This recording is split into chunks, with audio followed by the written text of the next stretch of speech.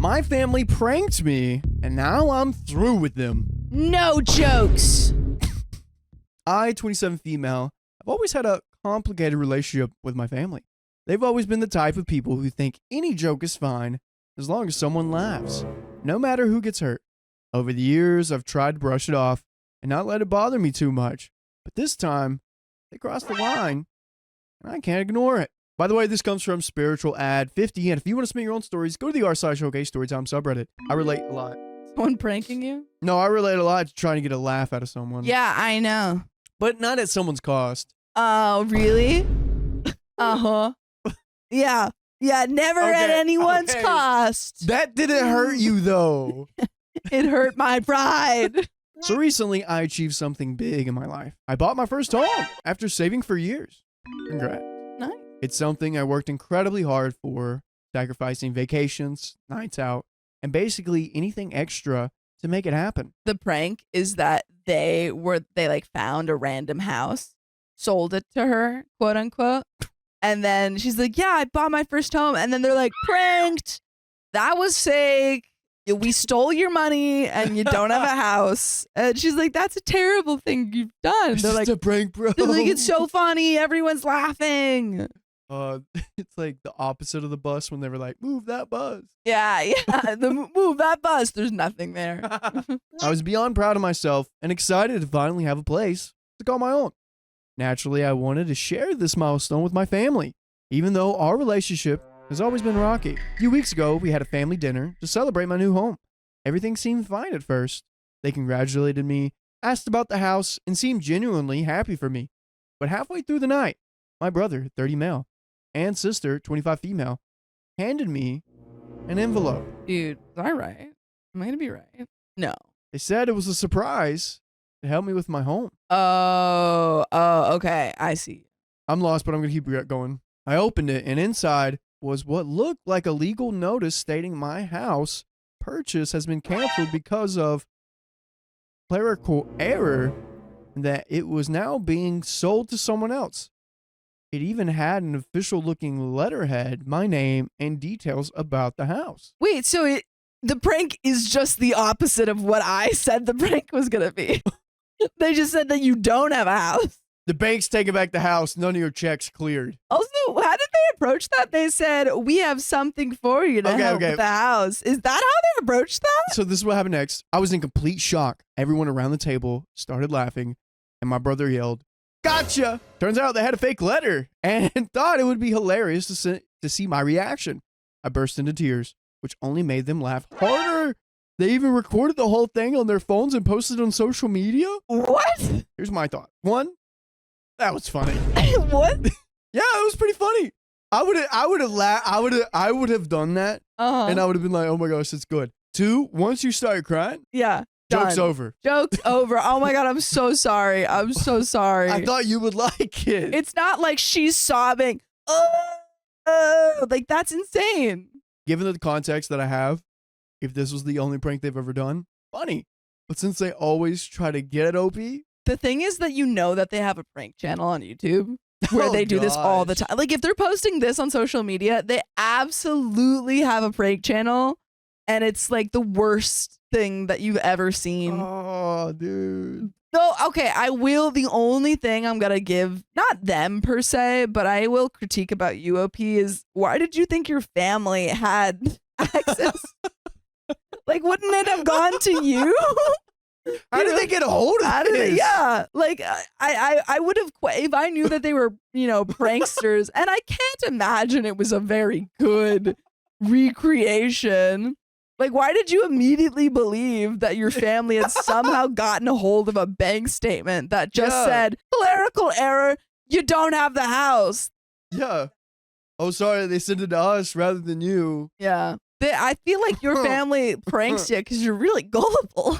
Not that they're right for it, but I think you're an easy target, OP, and they know that. You're gullible and a little sensitive, so that's why you just keep you're crying. an easy target for them. Oh, dang. My little brother's kind of like this. Yeah. He'll get upset pretty easily. Just what it is. Okay. When I finally managed to speak, I told them how cruel this was. Buying this house is the biggest thing I've ever done, and they turned it into a joke at my expense. Their response? You're so sensitive. It was just a prank. Lighten up. Also, did they post that on social media immediately? Were they like, "Oh, this is going on YouTube"? Like, how did you know? Yeah. Or did you this find it probably- later? You were yeah, like, probably later. Yeah. I left the dinner early, completely heartbroken. At your own house? That's a good. I hate that we're slamming on OP, but dude, you're making it easy. Like, yeah, your family is mean and like kind of bullying you. I have some more thoughts on this, but I'll tell it later. A few days later, I decided I'd had enough. This wasn't the first time they pulled a prank like this. Over the years, they've humiliated me countless times, once ruining a job interview outfit by accidentally spilling coffee on it, another time pretending to lose my dog just to see me panic. Okay, see those ones are not cool. Those ones are much worse. Honestly, those ones are much worse than this one because this one I feel like is so like see-through. Yeah, but this is the straw. Yeah, On the yeah. She's camel like, side. I can't take it anymore. I cut off all contact. I didn't make a scene. I just stopped responding to messages, blocked them on social media, and declined invites to family events. Now I'm getting guilt-tripping messages from extended family saying I'm being selfish and tearing the family apart. My mom even left me a voicemail crying about how much she misses me and begging me to come back.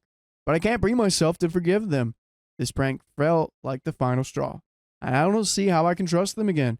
So Reddit, am I the a-hole for cutting off my family over this prank? Like Sophia said, not the worst one, but if the dynamic in the family is always you're the butt of the joke. It's not fun. It's not fun. Yeah, like it feels like if this were just that joke alone, I'd be like, well, cutting your family off is pretty unreasonable. But Yeah. it seems like it's been years and years of this kind of behavior, and that's not fun to experience. So it makes sense to set a boundary. Some people go no contact and then over time. Yeah, they start to maybe come it's back. like they realize that, they shouldn't treat you like this, and then Yeah. you can kind of just go to limiting contact instead Yeah. of you can always change it. Yeah, having a serious conversation with people Yeah. will be good. Say like, this is what happens when you treat me like this. Yeah. I will consider contact, but there needs to be a whole lot of changes. Gotta be another butt around here because I can't be the only one. Let's stop making fun of brother. Yeah. Top comment. Best comment is 15 says, you're rightfully upset because it wasn't a prank. It was bullying. It was just a joke. BS is something every bully does to justify humiliating people. Okay, this was a humiliation tactic. Yeah. They thought it would be fun to upset you on your big night and then take videos of it and post it on social media, and your mom is crying that she misses you? No, she had an opportunity there to rip them a new one about their behavior and treating you with kindness and respect. And she thought it would be better to go along with the prank. You deserve much better than this. I'm glad you finally decided to call an end to their bullying. Don't let them in or extend any family members pressure you into doing anything you don't want to do. I'm sorry that they couldn't just let you be happy for your achievement. Congrats on the new home. We just got an update from OP. I think that the family's going to try a lot harder to get back into her life. Yeah. I feel like this might end with her kind of reconciling with some family members, and then we'll find out that like some family members suck more than others. I feel like that's where we're headed. But just hold your boundaries strong. Yeah. That's kind of the main to. thing. Whether you're, gonna go back into or like have contact with them or not, just make sure you know what your boundaries are. They know what your boundaries are, and then you go for it. Step by step right there. Yep. Update. Thank you all for the advice and support. I want to provide an update because things have escalated in ways I never Oh expected. no. After I went no contact with my family, I thought they'd eventually accept my decision and move on. But that hasn't been the case. They're like, now we're pranking her for real. Watch out. We'll see how your car works without brakes. Yeah, literally. They're like, oh, you thought that was bad? Now that you're no contact with us, we got nothing protecting you. Whatever protected her in the first place, then. That's the case. Some familial bond. For the past few weeks, my brother and sister have been trying to get me to see the funny side of their prank. They've shown up at my house uninvited multiple times, banging on the door and demanding to talk to me. They're like, it was funny. I was funny. At first, I ignored them, but it became clear they weren't going to stop. One evening, I caught them standing outside my house with their phones out, recording themselves while yelling things like, she can't take a joke, and let's see how long she can hide. Why? It felt more like pesterment than an attempt to reconcile. I think that they're doing all of this for their YouTube channel. Really? Yeah, like OP is their main source of content, Oh. and they need their star back. Oh, shoot. How else are we going to keep this thing going without her? They make so much money from OP, Dude. and now she's gone, and all of the commenters are like, "Wait, where'd OP go? What happened with OP?" They're like, "We can't let them know that we badgered her until she cut contact." The final straw came when I discovered my car had been egged overnight, They can't stop. and my security camera caught my brother and sister doing it. I confronted them through text, telling them they crossed the line and needed to stop. Their response: "You're so dramatic. You're going to laugh about this one day." Dude, I think you need to go full. You have two options: police or full force attack them back. You start leaving, I don't know, like Nair in the shampoo bottles. There we go. Yeah, you TP the house. Honestly, you just get a couple of boys and give them some money. Yeah, and you say, have at it." "Hey, I got a job. Hey, you kid, I got a job for you. There we go. Here's an address. Go wild." Do things I never thought about doing. Yeah, I trust you, kids. At this point, I realized I couldn't handle this on my own. I went to the police and filed a report. That's the boring option. She went with the option number 1 and filed a report for pesterment. They took my statement, reviewed the footage from my security camera, and agreed that this behavior was unacceptable. My siblings were contacted and warned to stay away from me. Their reaction? More mocking responses and calling me a snitch and accusing me of tearing the family apart. Some of my extended family members are siding with them, saying I should have just talked it out instead of involving the police. But others, especially those who have seen the footage, are horrified and fully support my decision. Well, yeah, the reasonable people in your family. Exactly what I said. I was like, some people are going to prove that they're better than you thought, and some people, like your brother and sister, are going to prove that they're a whole lot worse. Yeah, this feel a mix of relief and sadness. It's hard to accept that my own family treat me this way, but I also feel safer knowing I've taken steps to protect myself. I'm focusing on building a new life in my home and surrounding myself with people who respect and support me. Nice. All right, and we sadly have another update. Oh no, From OP. No, OP. I hope it ends with you. I don't know, like moving. Well, no, you just bought your house. You can't move. She can't You're move. stuck She's here. stuck. Oh. She's worked so hard. Yeah, just get one of those really intense security systems that like there's like a tripwire and everything, Oh and my there's like gosh. dogs. Yeah, yeah, and it's like you have just crossed the trip. It's like, and the police are called every time you trip the tripwire. Dang. Oh, Yeah. I thought there'd be like a trap waiting for him. Like, Oh no. Like Dennis the Menace the house. Or Oh, like Home Alone it. Alone. Yeah. Yeah, you could Home Alone your house, I guess, if you want to. Dude, some of those are cruel. I mean, a lot of the Home Alone traps are pretty intense. You could die. I'm surprised that the burglars goons. didn't. Yeah. Day 2. Nearly 3 months later. I know I haven't updated in a while. And honestly, it's because dealing with all of this has been exhausting. Even after filing the police report, my brother and sister wouldn't let up. I wanted to believe they'd eventually get bored and move on. But instead, they doubled down. Oh. The mocking messages didn't stop. They even bragged about the warning they received, treating it like a joke. Because everything's a joke. Yeah, they're posting on their channel.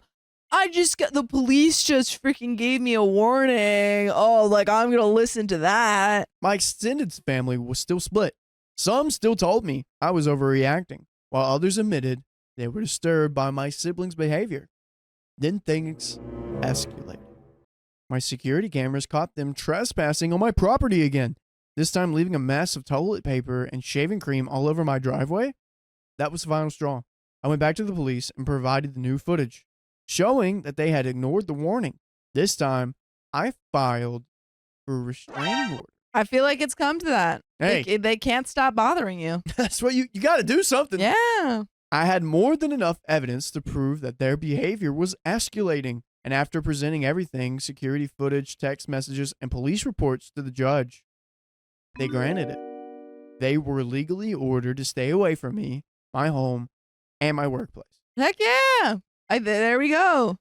Sucks that I had to come to that, but But how did they respond? Oh, not well. Of course, they acted like it was a joke.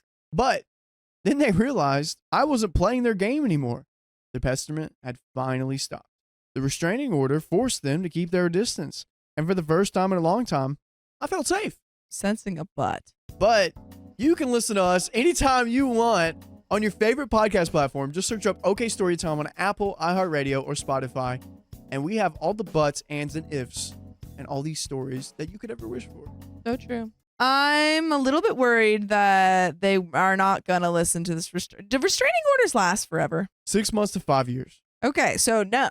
So are they just going to wait? Yeah, this can be increased or decreased at the dissertation of the court. Interesting. Yeah, so I guess it's, hey, we're going to give 2-year restraining order. Yeah. So they might come back around in 2 years or something. So just keep an eye on them, and hopefully they listen to the law if they're not going to listen to you. Some family members still don't understand why I had to take things this far, but I don't need their approval. I did what I had to protect myself. Also, a Google slide goes a long way. Yeah, you just show all the evidence of what your sister and brother have been doing, and you just send it to everyone. Yeah. You say, hey, anyone who thinks that, this is not serious, here you go. My home is now a place of peace, not anxiety. My phone is quiet. My life is my own again. To anyone dealing with toxic family members who refuse to respect your boundaries, don't be afraid to stand up for yourself. You are not obligated to tolerate mistreatment just because it comes from family. Your safety and well-being come first. And if they want to call me a snitch for defending myself, so be it. I'd rather be a snitch than a doormat. Stay strong. Be strong. That's it. Wow. There you go. Okay, well, Opie, I'm proud of you. Me too. You couldn't, it was too much. They kept pushing you. So you stood up for yourself, and now half your family at least is realizing that, that's not okay, and how you were treated was not okay. Yeah, not at all, dude. I thought the joke was all right. Yeah, well, the first joke, I was like, well, it's like a bad joke, but it's not so serious. But coupled with everything else, over the line. Yeah.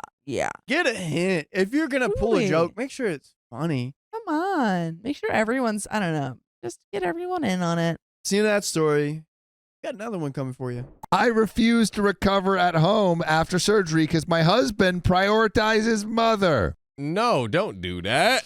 I, 29 female, am really disappointed with my husband, 30 male, and furious at his mother, hag-aged female. Dang. That's rough. That's original, though. Never seen that before. Sorry this is so long, and throwaway for privacy. So, for context, my husband is from the West Coast. Let's go. Where his mother still lived. He moved to the East Coast for college, and that's where we met after graduation. And in the start of our relationship, she would visit 3 to 4 times a year and make him take PTO so he could entertain her throughout her visit. By the way, this comes from Puzzle-Headed Tooth 25.5. And if you want to submit your own stories, go to the r/OK Storytime subreddit. So after 2 years of this, while we were still dating, I asked him how we are ever meant to go on vacation together if his PTO is spent at home with his visiting mother. We agreed to save PTO for a trip to Europe we took in 2023, and he agreed to tell his mother he couldn't take off from work every time she visited. In my last job, I was able to work from home 4 days a week, and every time she visited, she sulked all day like a puppy who's had their toys taken away. But once my husband came home, a switch flicked and she was happy and clingy again. So here's the issue now. Are your eyes open? You're reading it like this. Here's the issue now. Sophia coming in hot with the notes today. Your eyes are full closed. My eyes are open. They're not. They are. Husband. I just have eyes like that. No, you don't. I do. You have to open your eyes. I am. Husband and I moved states about 6 months ago, closer to my family. I have a new doctor who recommended me for a surgery that my old doc kept putting off. It's not a complicated procedure, and it will greatly increase my quality of life for decades. My mother-in-law decided she's due for a visit. The walls of eyes. All right. Your eyes are fine. Stop doing My mother-in-law decided she's due for a visit and wants to explore our town, and she'd come to help around the house while OP recovers. I'm going to be out of surgery and in pain, and I really don't want to put up with her energy. However, we agreed with my husband, saying this isn't a sightseeing visit. Not here to see sights with our eyes. No, we're not. She's here to help out, cook, clean, laundry, so I can rest and recover. She can come for a proper visit later in the year. My husband dropped me off at the hospital on Wednesday. It was meant to be surgery, then one night overnight at the hospital for observations. On Thursday, the doctor told me my labs were not where he'd like them to be, and I should stay another night for observation and new lab work in the morning. I called my husband and told him that I'd hopefully be home the next day over the phone early afternoon. He did not visit on Thursday at all. We are not going to make it through this story. Okay. We have to lock in as a team. Lock in. As a family. As a family. We're locking in. I'm ready. My eyes are open. Yeah, I know. Look at those beepers. All right. So on Friday, I was discharged and called my husband to tell him I'd be ready in about an hour. It went straight to voicemail, and I figured he's probably in a meeting, and I'll try again in a little bit. After calling a few times over the course of the hour, I called my sister, who was lucky enough to be excused from work for the afternoon. Many thanks to her understanding boss. She drove 90 minutes to get me and took me home, and the house was in shambles. Laundry baskets on the dining room table, the litter box not cleaned since Wednesday morning, days of dirty plates in the sink, etc. And I just broke down crying. She packed me a bag and took me to her apartment to recover for 2 weeks. On Friday night, my husband called me asking me where I am and that the hospital said I was already discharged. He had been on a hike with his mother and there was no cell service, so he missed my calls, which also meant he took PTO for his mom's visit again. Obviously, I can't ban him from taking PTO, but wouldn't you rather spend that freed up time with your wife at the hospital instead of on a date with your mom? Man, what kind of date with my mom? I mean, it was a hiking food? date. Nature. I like nature. And my mom. Yeah. So, I mean, also you're asking him to choose between the nature and the hospital. That's a like, tough choice. why would I go spend time with you in a hospital? That's boring. When I can go out there, breathe the in fresh, clean air, see some trees. Yeah. There's no trees in a hospital. There's no trees. God. I'm trying to live life and breathe air and know somehow I'm going to get there. Yeah. And have life be so wonderful. I'm going to go on that hike. Bum, bum. I told him that I no longer feel comfortable recovering in our house, and I won't be returning until it's thoroughly clean and his mother is gone, the dirtiest wench of them all. He's calling me the a-hole because his mother just wanted to get to know our new area, and I wasn't able to leave the hospital anyway, and that I was making a big deal out of this. I yelled that he essentially abandoned me at the hospital and entertained someone whose being here was to help make recovery easier, not more stressful. True. And that she was here for support, not on a vacation, not to make things so much harder. I mean, like, so much harder. Yes. she leaves them with this like pigsty, and then now is like getting OP's husband on her side, so that OP has no one supporting her after she just had surgery. Yeah. And the whole point was like, oh, I'll cook, I'll clean, I'll like do everything. She's not doing any of that. Yeah. You're doing nothing. You're making it worse. She don't cook, she don't clean. Maybe it's just the pain and pain meds, but am I wrong here? Is this a stupid hill to pass away on? There's part of me telling me just to visit a divorce lawyer to see what my options are, because I'm not sure this will ever change.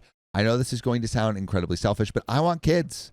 But I now don't see myself having any with my husband, in the foreseeable future. And if this isn't going to work out, I don't want to spend the next 5 years of wasting time and money on therapy and missing a chance to find someone I actually can start a family with, someone who can be a committed father and husband before he's a son. Many thanks to anyone who's read all of this. And we do have comments. We do have an update. We are less than halfway through. Wow. John, I want to know what you think, but I'm also going to take out my contacts and put on glasses so I'm not Squinty McGee. Big eyes Sam. Yes, so I think that it's very clear that the husband is not at all siding with his partner in life, his wife, that he's chosen to be with.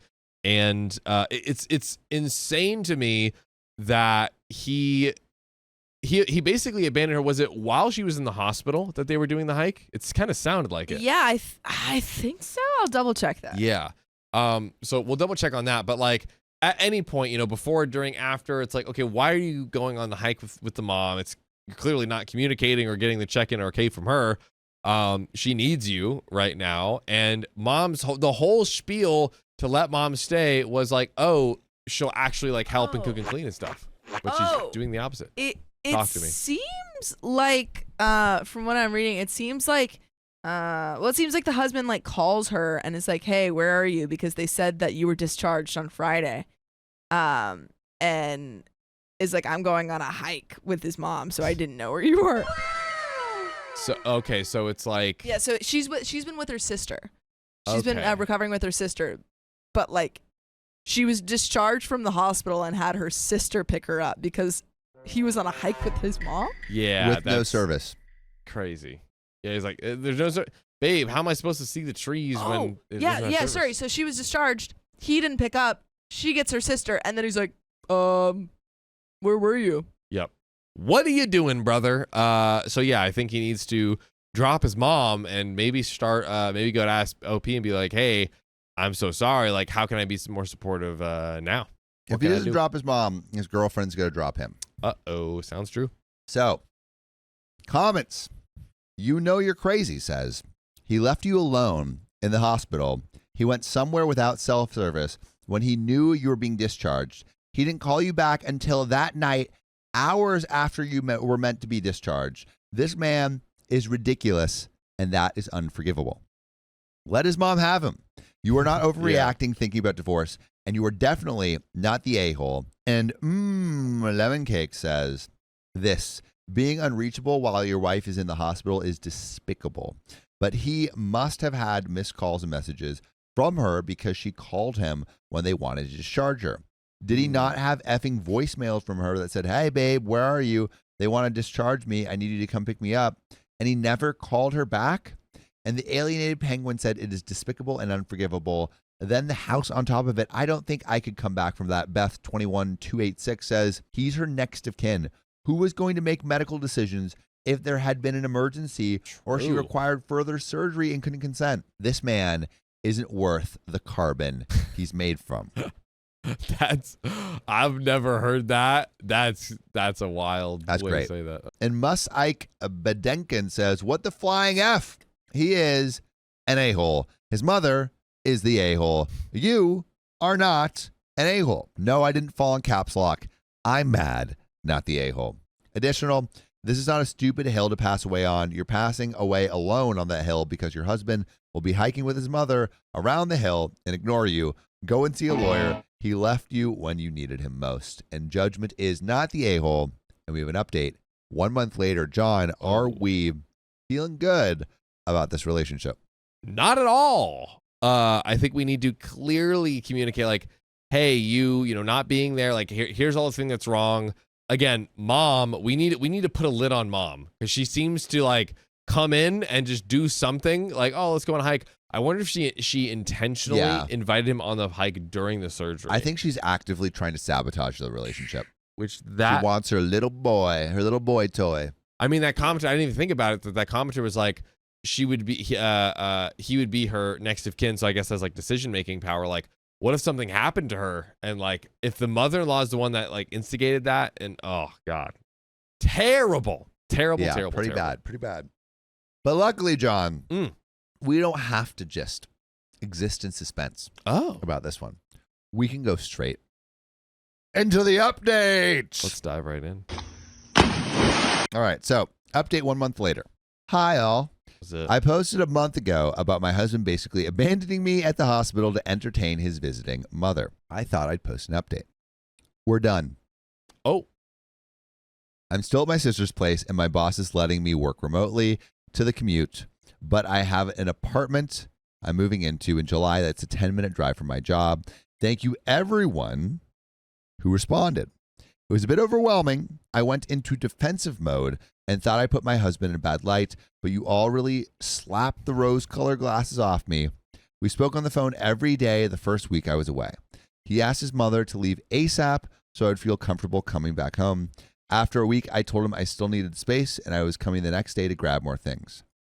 Once he saw that I had an empty bag and my sister brought 2 empty pieces of luggage, he realized I'm taking a lot because I'm not planning to come back soon. He asked to talk, and I figured we should get it done and over with. I told him we needed to separate. He tried to argue that his mother only visits a few weeks out of the year and that things are great otherwise. I told him that the issue is he expects me to be okay during those weeks with him, ignoring my feelings to cater to hers. I said things don't magically go back to normal.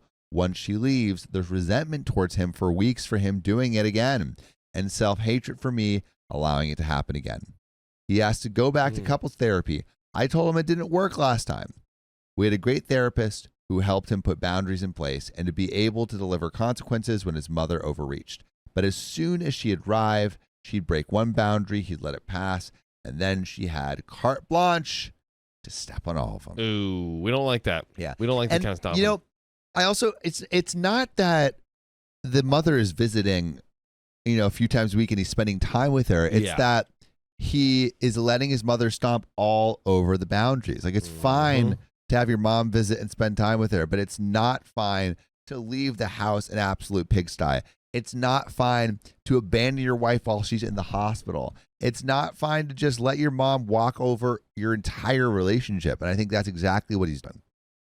Well said. I mean, and again, if she was actually like cooking, cleaning, like doing what she said in the beginning of the story of helping out, Opie would probably like, hey, bring her over more. Like, let's have her as much as we can. So yeah, bro, you are not getting it. But yeah, she's a terrible house guest. And when I tried to reinforce them, I get no support and I'd be the bad guy.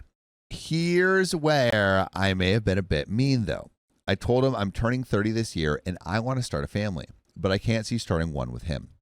If he can't put me first when I'm just out of surgery, why would I think he'd put our children first? I reminded him that his mother is retiring in less than 10 years. What happens when she decides she's frail and lonely? I asked him if he'd move her in, whether I was okay with it or not. He replied, I'm all she has. It really hit me then. This was not the life I thought we were building together. It was not the life I wanted or could settle for. He asked if he was really that bad of a husband. I sort of lied and said no, but you're just not the husband I need. I mean, because basically it's like, this is referring to like him like not showing up to the hospital, totally ignoring. I mean, I think it is a lot fairer in this specific context to tell him like, hey, you messed up. You weren't by my side. You didn't call me. And I think that's good and fair feedback to give to him as well. So I also like with the idea of the mother moving in, that is a common thing for people to do, to have their moms move in. I mean, especially like in other cultures and such. But you guys both have to be on board. You can't gotta both be on board. You can't just be moving someone in with or without their permission. Can't shove your mom down someone else's throat. No, you can't. Can't do it. And so if this is not the life you want, don't eat it. Stop living it. Stop living it. Throw it out. Not for you. Get it out of here. I told him he either needs a wife who's okay with being the side piece in his relationship with his mother or no wife at all. Whew. Dang. I left with my sister, and 10 minutes into the ride back to her place, his mother called me. I sent it. The voicemail. Hey. I started laughing, and my sister asked what was so funny. I said the first thing he did was call his mommy and tattle on me for leaving. Yep. Papers have been served, and it's pretty amicable so far. Fingers crossed. And there are some comments. Oh. Anonymous Head 123 says, good for you for standing up for yourself. A little throwaway said he called his mom immediately. Congratulations on ditching that loser baby man boy. Cicada Noises says, if OP needs any other indicators that she did the best thing for herself, this detail right here. Nosy Bystander says, he already has a wife. Her name is Mommy. Hey. Feisty Plankton 775 says, yep, he's a great husband to Mommy. And a crap one to OP. I mean, that's where that story ends, John. But like, do you think OP put down the right boundaries? Do you think it was too harsh? Do you think it was not harsh enough? What are your thoughts? I mean, she basically said like, "Hey, I don't want your mom around," right? And it was only with the mom being like, "Oh, I'll cook, clean, and like be a help," that she like acquiesced to it, right? So I think that was a good boundary initially that they just blew past. Alicia says, "I'm leaving you because you can never put me first." Then immediately he calls his mom. Alex Thompson says, your mother can still be important to you, but the second you throw your wife under the bus, you no longer deserve her. I think that was another huge issue that we had is OP and her partner agreed on boundaries. Yes. That they would enforce together. And as soon as the mother transgressed one of those boundaries, OP's husband did not support OP in like reaffirming those. Like, I think, you know, that shows what side of the team OP's husband is on. Yeah, he'll give you lip service and not respect what you guys decide as a team together, and not like specifically uphold for like your well-being, right? So yeah, pretty cut and clear case of a mama's boy. And dry. I think it was important to set him free, cut him loose. Yeah, OP did the right thing. Yeah. I accidentally made two couples separate when I revealed sensitive information. Oh no! Oh, oopsie. Okay, I don't think I'm the a-hole in this situation, but it's literally about half and half with the people I know in real life that know the situation. I want to see other perspectives on this from people who have no attachment to it. By the way, this comes from Snoo Confections 4189. And if you want to submit your own stories, go to the r/OK Storytime subreddit. So this past weekend, I went to a UFC fight watch party with this girl I've been talking to for a couple of weeks. Let's call her P. Let's call her Penny. Penny! We went to high school together 10 years ago, but didn't really talk that much during that time. But Penny and I had mutual friends. Like Shaquille O'Neal. Sorry, it was Penny Hardaway. I had to put it in there. That was good. That was good. Thank you, Riley. We got reacquainted a couple of weeks ago and have hung out a few times since. Well, like I had stated before, back in high school, we had a lot of mutual friends. And a lot of those friends, Penny still is pretty close to till this day. And the vast majority of them I haven't spoken to in about a decade. So pretty much since high school. After I graduated, I left the state to play college football. And I didn't really come back home that often when I was in college. So I only kept in touch with my very close group of friends from back home. So there's a lot of people who I was pretty good friends with in high school. Still have on social media, still wish the best for them, but have not seen and or spoken to in about a decade. I say that to say, Penny had asked me if I could come with her to the watch party the day before the party. I like to watch fights with my friends and or family, so I was going to say no. Especially since she said the host house belonged to one of her friends who I didn't know. But then she told me that that friend was the wife of the guy I was friends with in high school and hadn't seen in a long time. Okay. She said she let them know that we had been seeing each other and they told her that she better bring me. Ooh, ooh. Then she names other people who would be going. A lot of names of people I hadn't seen since high school and used to be pretty cool with. So that convinced me to go. I'm usually pretty introverted in houses I don't know, but when we showed up to the house, I saw a lot of people I knew. So since I was familiar with a lot of them, that introverted feeling immediately went away and I felt really comfortable and really enjoyed watching the fight with them, drinking and catching up. The night was going really well. I was having fun. Penny is having fun. All vibes are good.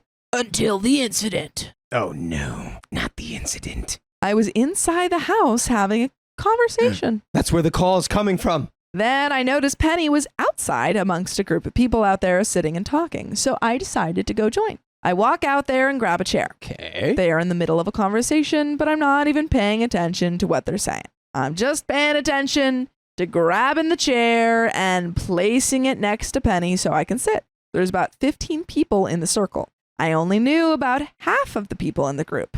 As I'm about to sit down, the first words that I actually hear in this conversation was someone saying something like, "Don't worry, most male spicy dancers are homo, Yeah.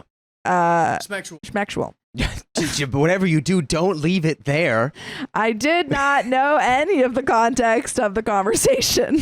Okay. All right. Well, you know enough to know it's about some frisky individuals. But when I that heard get jiggy that, on the pole. I instantly responded with something like, "No, they're not. They be having spicy sleep with so many of the girls." Okay. Opie walks into the conversation, hears most of the spicy dancers are gay, and goes, "No, they're not." After saying that, I instantly went into why I know this. I have an older brother who is 5 years older. He has a best friend who was a really muscular dude who did male stripping for a little after they graduated high school. Let's call him M. M was a pretty popular male spicy dancer from what I heard. I know he was once featured in a pretty popular magazine. Playgirl. Yeah, it was pretty popular, I guess. Ew. He was well known in my city even before the stripping. M went to my high school too, but before I went there, and I didn't think anyone there would know who he is besides a guy that was there who I was close to in high school. Let's call him X. X came over to my house a lot back in high school, and he met Marty a couple of times. Well, Marty did a lot of bachelorette parties, and he would always tell me about it. And sometimes X when he was there. Marty often said that if he ever got married, his girl would never be allowed to have male spicy dancers at her bachelorette party. Marty said that at least 85% of the parties he does, the bride-to-be cheats, often with multiple men. Well, that sounds like the parties you're throwing are the wrong kind. Yeah. Marty said it was really rare that the bride-to-be didn't cheat to at least some degree. And he had proof of these claims with pictures, videos on his phone, and would not hesitate to show us. He said because of that, he would never allow it because he knows how it goes. I explained all of this to the group and even had X come outside to confirm that that's what Marty told us and showed us proof. After I finished talking, it was quiet for a moment and about 3 people walked off, none of which I knew personally, and it suddenly felt awkward. I didn't understand. Then Penny started telling me that prior to me sitting down, they were trying to make one of the guys in the circle feel better. Let's call the guy Hank. Ooh. Oh, no, not Hank. He totally did not read the room. No. Hank. No. His wife just had a stripper at her bachelorette party, and he's like, "Yeah, she didn't do anything, right, guys?" They're like, no, of course not, No, Hank. they're all And gay. this guy's like, "Yeah, they definitely did something for He's like, sure." I don't know what you guys are talking about, but they did something. Which I think is the right thing to say in this situation. Yep. Yeah. Yeah. The truth. He needs to know. Yeah, if that is the truth. It's Yeah. like, you shouldn't be like, "No, buddy, he was just gay." You gotta be Hank- like, new wife time, sorry. Yep. Wife time movie. Hank was going to get married the next month. That was Him and rough. his fiance were going to do their bachelor and bachelorette parties a week apart. Hank's fiance was currently on her bachelorette weekend in another city. And Hank was aware that they were going to have male spicy dancers come to their Airbnb at some point. Hank had told them that initially he didn't care and wanted her to enjoy it, but had started becoming insecure about it. Well, okay, I don't think that it's fair to say like every time you have spicy dancers over, there's cheating going on. I do think that if you haven't told your partner that you were going to have spicy dancers, that's not cool. That's violating trust in your relationship. Yeah. It does seem like Hank knew about it. So the group was in the middle of trying to comfort him prior to me sitting down. I was not aware of any of this until after. I felt a little bad, but I also felt like I didn't tell a lie. Everything I said was from a direct source that lived it. But I do get I shouldn't have said it right there, and I most likely wouldn't have if I knew the context of the conversation prior to sitting down. Hank was one of the 3 people who left the group after I spoke about what Marty had told me and X. The other 2 people that walked off, I didn't know them. It was a couple, and they are older than me. Well, turns out they also attended my high school and are about 6 years older, and have been together since high school and got married shortly after. Both of them knew who Marty was.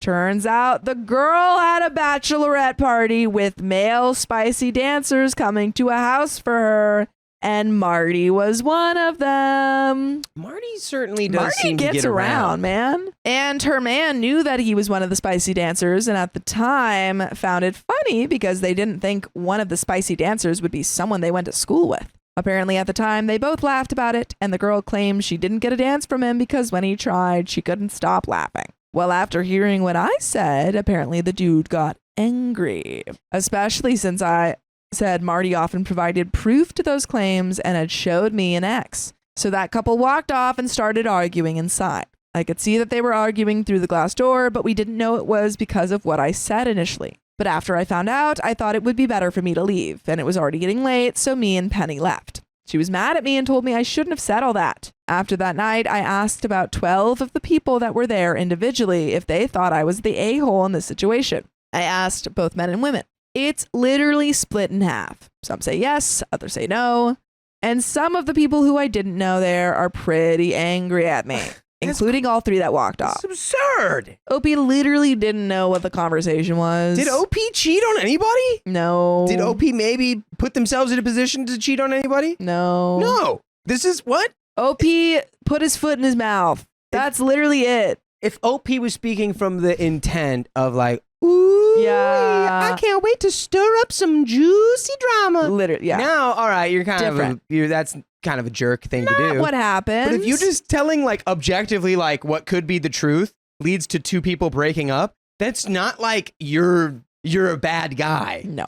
And to make matters worse, I spoke to Marty about what happened. I hadn't talked to him in a long time. He lives outside of the state, but I have him on social media. I told him the story, knowing he would find it funny. After I told Marty, he said he knew who the woman was. He said he only did one bachelorette party for someone he went to high school with. He proceeds to say her name correctly and describe her correctly, and then gives me details about that party. She clearly lied to her husband and definitely contributed to the 85% stat. He even said he might still have the video of that night on an old phone, but I'm not going to say anything about it anymore. I do not want to get involved. I don't know either of them and have no obligation to interfere in that relationship at all, especially more than I have. So, am I the a-hole in this situation? How would have y'all have handled this? And edit, the reason I said 2 relationships is because apparently H was really impacted with what I said. And also apparently saw and heard some suspicious things about the trip. What he saw or heard, I do not know. Penny was the one telling me this, and she didn't know either. And due to this, the wedding might be off. Some of them think I might be paranoid and to blame for this. There is an update. Telling the truth is not, you're not the a-hole. You're not the a-hole. Some people made actions happen and you spoke truthfully from your Yeah. experience. Yeah, and you didn't even do it intentionally. You didn't know what they were talking about. It just makes no sense for you to be blamed. Yeah, there is an update. Not gonna lie, I was not planning on doing an update to this story, where it was not really looking to tell a story. Just wanted other perspectives. Well, I actually have an update on both of these couples. Both are bad, but I'll start with the lighter one first. Hank did end up calling off the wedding, so apparently the stuff I said about the male spicy dancers did really mess with his head and made him start digging for his stuff. I guess he went through his girl's phone without her knowing when she got back from her weekend, which apparently prior to this is something he has never done. His girl had a second Snapchat account. Yikes. The fact that she had a first Snapchat account, suspicious. Yikes on bikes. That he didn't know about. Guess she didn't log out of it before Hank went through it. Apparently the only chat on it was a group chat with her friends. But on that snap, she had a bunch of older spicy sleep tapes saved, and she had a bunch of videos saved in the group chat from their weekend. And the video showed her not only hooking up with the male spicy dancer, but also had her hooking up with at least 2 other men during bachelorette party weekend. Just a group chat full of absolute harlots. Yikes. Apparently, he also was able to read chats where she said something along the lines of her feeling bad about how crazy she went that weekend. But she's glad she got to get her last urges out and is now ready to settle into married life. You were in a relationship! Trollop, I dub thee to run up. You were in a relationship. He called off the wedding and all that. So in this case, I'm glad dude heard what I said because I saved him. Yeah, good on you, OP. You can literally go back to Penny and be like, so I was freaking right. Did you want him to marry a person who cheated on him multiple times? So how is this your fault that she cheated on You're like, him? I guess I made him think hard enough to figure out that his wife was cheating on him, so he left. His girl went to another city and really got her crap off. So good thing he caught that before making it official.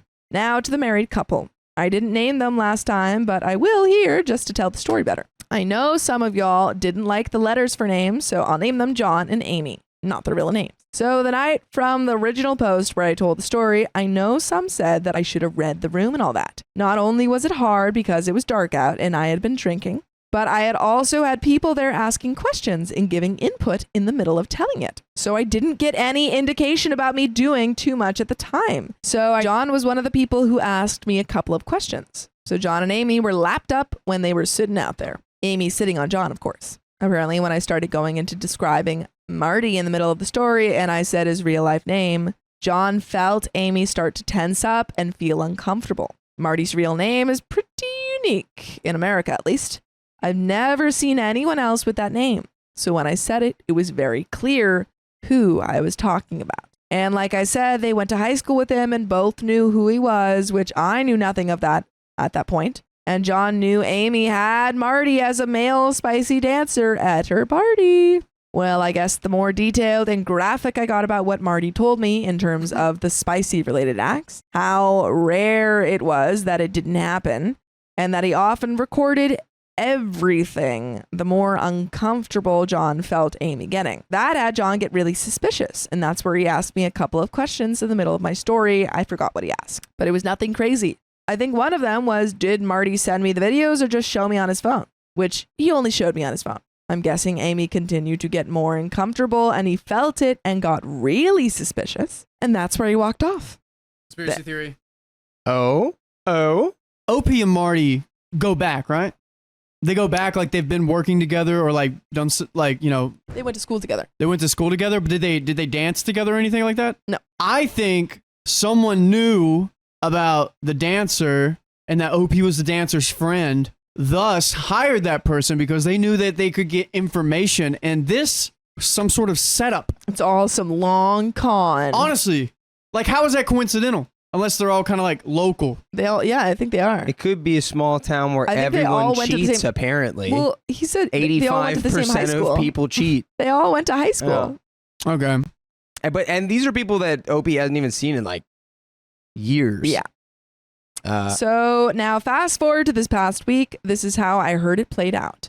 I don't know John or Amy. I know John's younger brother, but I haven't spoken to him since the day I asked him if I was an a-hole for telling the story to them, which he said I wasn't. Penny talks to John's brother, but also is close with that group of friends. That is her close friends. I got this info from Penny, which is info that was regurgitated with in the group. So I'm not sure on the accuracy of how it all played out, but I would guess it's pretty high.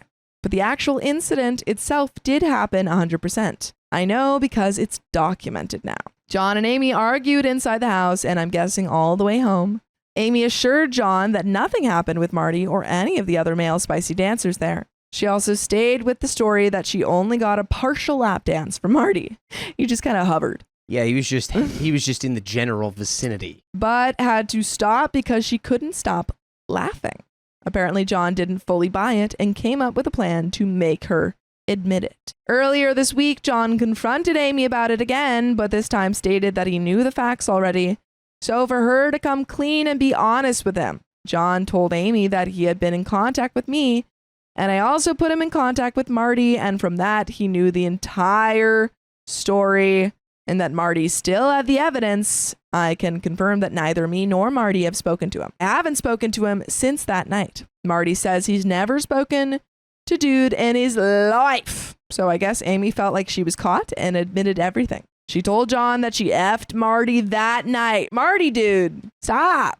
So Marty really knows firsthand. She told John that she effed Marty that night. This made John snap. I don't know why John said he had spoken to me. Maybe he knew that would work and get her to admit it. As far as I know, no one has seen this Reddit post from that night. By the way, you can see full episodes of stories just like this on Spotify, Apple Podcasts, or iHeartRadio. Yes, you can And see search them Revoking with your Storytime. ears. You can see them with the eyes of the auditory. But you can see the lobe. episodes, You can see. and then you can click on them, and then see you can with listen to your- them. Oh well, I guess there are certain ones where you can see it. Right? You can see all of them, No, some of it's just audio. but you can see the episode. That's how you click on it. Oh, that is true. You can see it right there. Okay, you can see it. That is, you know what? Color me wrong Yep. about that. Colored wrong. But there is a little bit more to this story. Do you have any final thoughts? Go back to the quiet solitude of not interacting with these people. Yup. I'd be like, Yeah. hey, Penny, can we not be around those friends? Also, you should definitely like lean into being Hank's new best friend. Yeah, you really did him a solid. Yeah, you exposed his fiance's infidelity. I'm pretty sure he would be like, "Yeah, man, I owe you one." You better. You better. But there's a little bit left to this story. Penny knows about it now, but I showed her after the fact when she was telling me about all of this that I'm posting. She thinks that John might have seen the post and knew she did it, so came up with a way to make her admit it. But Penny says that she's never used Reddit and has never heard any of the people in that friend group talk about using Reddit. But she also doesn't really know John and Amy, so I guess it's possible that John saw my original post. I'm not sure. But Penny said she's not going to tell anyone about the post. So yeah, there's the updates. I didn't feel like an a-hole before, but now I really do. Why? I feel like Why? there's neurodivergence going on there. I don't know about that, but I just don't know why you're feeling bad. I didn't want to lead to anyone getting beat, getting hospitalized, and getting arrested. You literally told a story without any context. That's what I'm saying, dude. I really do feel like crap about the whole situation now. I doubt I'll update this again. I don't see what else would even have to be known. Now I have to deal with this crap in my conscience and psyche. Edit, I keep seeing people say that they've been married for 6 years. I was saying that they were both 6 years older than me. I'm almost 30. They are in their mid to late 30s. I believe they've been married for about 14 to 15 years. And folks, that's the end of that story. Stop feeling bad, OP.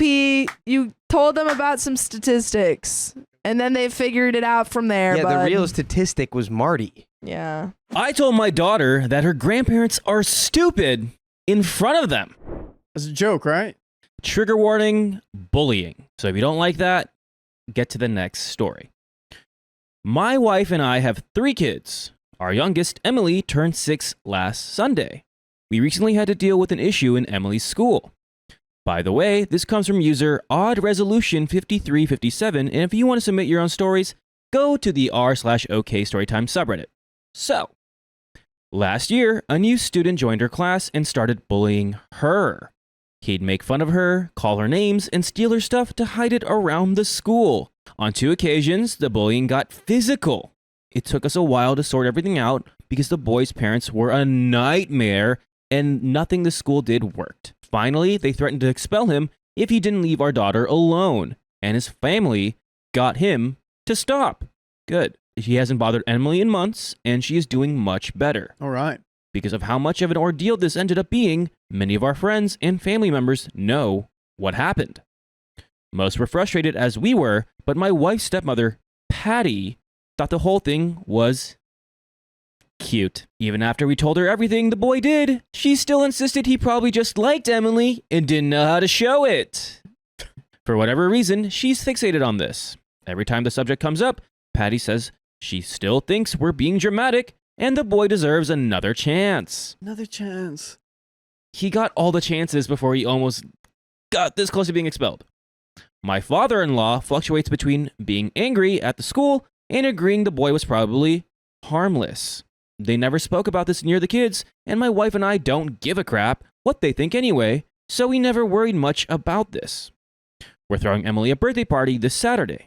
Because my father-in-law will be busy, we all had dinner together at a place Emily likes the day before her birthday. Near the end of the dinner, she started talking about the party, how excited she was, and which of her friends were coming. My father-in-law asked Emily if the bully was invited. And before anyone replied, he obviously isn't, Patty added that it would be mean if she didn't invite him because he liked her and would be very, very sad. Emily looked at me and my wife. I told her, "Don't worry, honey. Grandpa and Patty are both very stupid. Don't listen to them." They looked shocked, but didn't try to argue. We had an awkward goodbye and went our separate ways. My father-in-law called us on Monday. He apologized for what he and Patty said, but told us he expected me to apologize as well. He said that I crossed the line by insulting him and his wife in front of his grandchildren. My wife and I have been on the same page throughout all of this, but yesterday she told me she was starting to wonder whether it wouldn't have been better to deal with this privately, especially since we don't like insulting people in front of the kids. Am I the a-hole? We have an edit. I brought this up in the comments, but I want to offer more context into what the bully did. It was mostly verbal. He created a few nicknames that kind of not really sounded like Emily's real name and our last name. She once got brown paint on her clothes during art class and he started calling her Pig. Gross. Wow. He laughed whenever she spoke in class. The teacher would always shut him down, but Emily is already a shy kid and that did not help. They have weekly toy days at school, and Emily stopped bringing her toys because the boy kept stealing them or threatening to break them. He'd also take her stuff, like her backpack, school materials, and personal items, and hide them. We managed to get all those things back, and the closest he got to damaging something she owned was a small rip in one of her stuffed animals that my wife was able to fix. And as I mentioned, the bullying got physical twice. On the first occasion, he pushed her off a swing set, she scraped her knee, but wasn't hurt otherwise. The school reprimanded him, but it didn't do much. A few weeks after that, he put gum in her hair during lunch. Yikes. A teacher witnessed and said that he grabbed her head violently to do so. That got him suspended, and the school threatened to expel him not long after. I don't think there's much I can say about this boy, except that he has a very obvious behavioral issue that his parents refuse to manage properly. And we have some comments. Comment number 1. Not the a-hole. You have told Patty to knock it off, and then she went and tried to ruin your kid's birthday party by asking to invite that nightmare of a child to attend. She needs to get over her fixation before she pushes your family away from your dad and her. OP. I'm really glad we didn't do this dinner on her actual birthday. Emily was upset, but she was doing better the next day. And we have a reply. Tell them you aren't going to let them teach your daughter that boys hurting her is a sign of affection. That's what Patty's trying to do. Comment number 2. There's probably no other way to make your mother-in-law shut up. So, not the a-hole. What I find disturbing is that your mother-in-law prioritizes a bully over her own grandchild. Since when is bullying a sign of affection? If it walks like a duck, talks like a duck, chances are it is a duck. Seen in a wider context, your mother-in-law enables and makes excuses for the kind of toxic behavior that men display towards women on a daily basis. Instead of protecting her grandchild, she exposes her to a bully. That's seriously insane. OP states, back when we were having to deal with the boy's parents, one of the excuses they use, referring to the name-calling, was that all boys behave like that around girls. Boys will be boys. I think about that a lot, both because I know it's not true, neither of my sons are like that, nor did I act like that when I was a child, and because of how disheartening it is that people could enable that. And we have an update. Let's just go right into it. All right. To get out of the way, Emily's birthday party went off without a hitch. Great. Happy birthday to Emily. And she had a great time with her friends. It's always bittersweet watching our little girl grow up so fast. Aw. But me and my wife enjoyed ourselves as well. We talked more about what happened over the last few days. My wife made it very clear that she didn't care that I called her father and Patty stupid and didn't think I should apologize, but was concerned about our kids thinking I was a hypocrite. We always aim to teach them to be kind and avoid insulting others, and it doesn't feel fair to hold them to standards we don't hold ourselves to. So Friday night, we sat the kids down and discussed what I'd said. We explained that I was upset at what my in-laws had done and I was trying to protect Emily, but that what I said was still not nice and they shouldn't repeat it. I apologize for the language I used. I like that. I Very like good. that. Parents apologizing for kids is like maturity of a maturity. Besides that, my wife and I also talked about how we'd deal with her father and Patty. I told her I wanted them to apologize to Emily, and I wouldn't say a word to them until they did. She agreed with me. After the party, she texted her father the following. This is a translation. The party went well. About what happened at Emily's birthday dinner. OP will not apologize. Patty has no right to tell our daughter how she should feel about the boy who made her life heck for months, and neither do you. I'll call you tomorrow, and you'll apologize to your granddaughter. If your wife wants to continue being a part of the children's lives, she will too. And if she mentions that boy again, I'll have to seriously rethink the role we're letting her have here. This isn't up for discussion. All right. That was pretty good. Okay. Shout out to Mom. Straightforward mama bear mode. She showed me the text before sending it, but I agreed with pretty much everything. They had a short fight about it, but he agreed in the end. I offered to apologize to keep the peace, and my wife told me not to. And you know what you can do, though, is you can listen to full episodes with stories just like this one. Just go to Spotify, Apple Podcast, iHeartRadio, or your favorite podcast app and search what, Riley? Okay, story time. Both my father-in-law and Patty finally apologized to Emily on Sunday. Woohoo! We're not confident about Patty, but my father-in-law seems sincere. Either way, we've decided to loosen our ties with my wife's stepmother for a while. We're still working everything out, but we'll see her less until at least my eldest son's birthday in October. I have no doubts my father-in-law loves my children, but he's a very strange guy. He was overprotective of his daughters their whole youths, but frequently tells us we're dramatic when it comes to our kids. And I never had any strong feelings about Patty, but her treatment of Emily's situation has soured my image of her. On a side note, the bully found out about the party. His mother found my wife on Instagram and messaged her to complain that he wasn't invited. Boo-hoo. That sucks. Boo-hoo.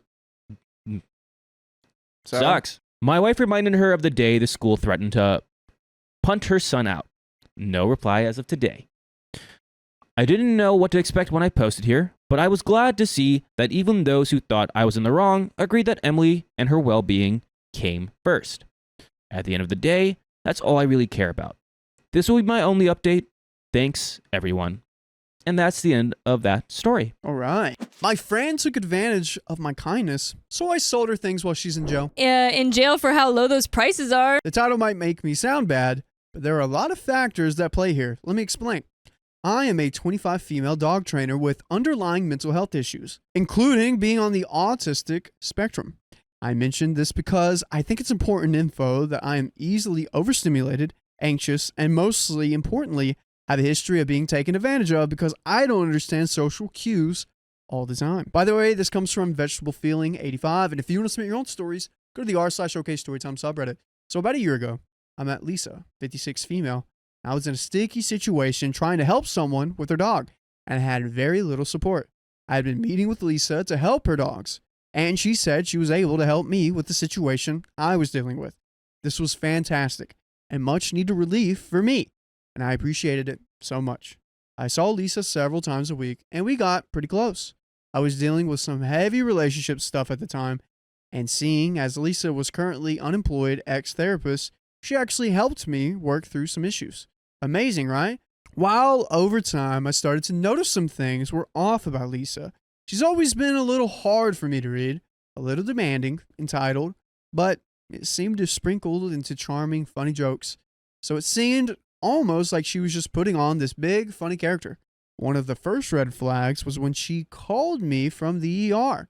At this point, we weren't that close, and when she called me, she had already been discharged and just needed a ride back home. She sounded weak, distressed, and disoriented, and she requested I bring her some food when I come to get her. I was in the middle of a workday, but I dropped appointments to go get her because I assumed she must have already called everyone else and gotten no help by the time she got to me. We weren't that close yet. It wasn't a big deal until it happened several more times. It also seemed like the more I gave her, the more she expected, and therefore the less grateful she was for what I could do. I'm all for helping people when they need it, but for example, after one of her discharges, the medical team told her she should be okay, but she should probably not be completely alone overnight.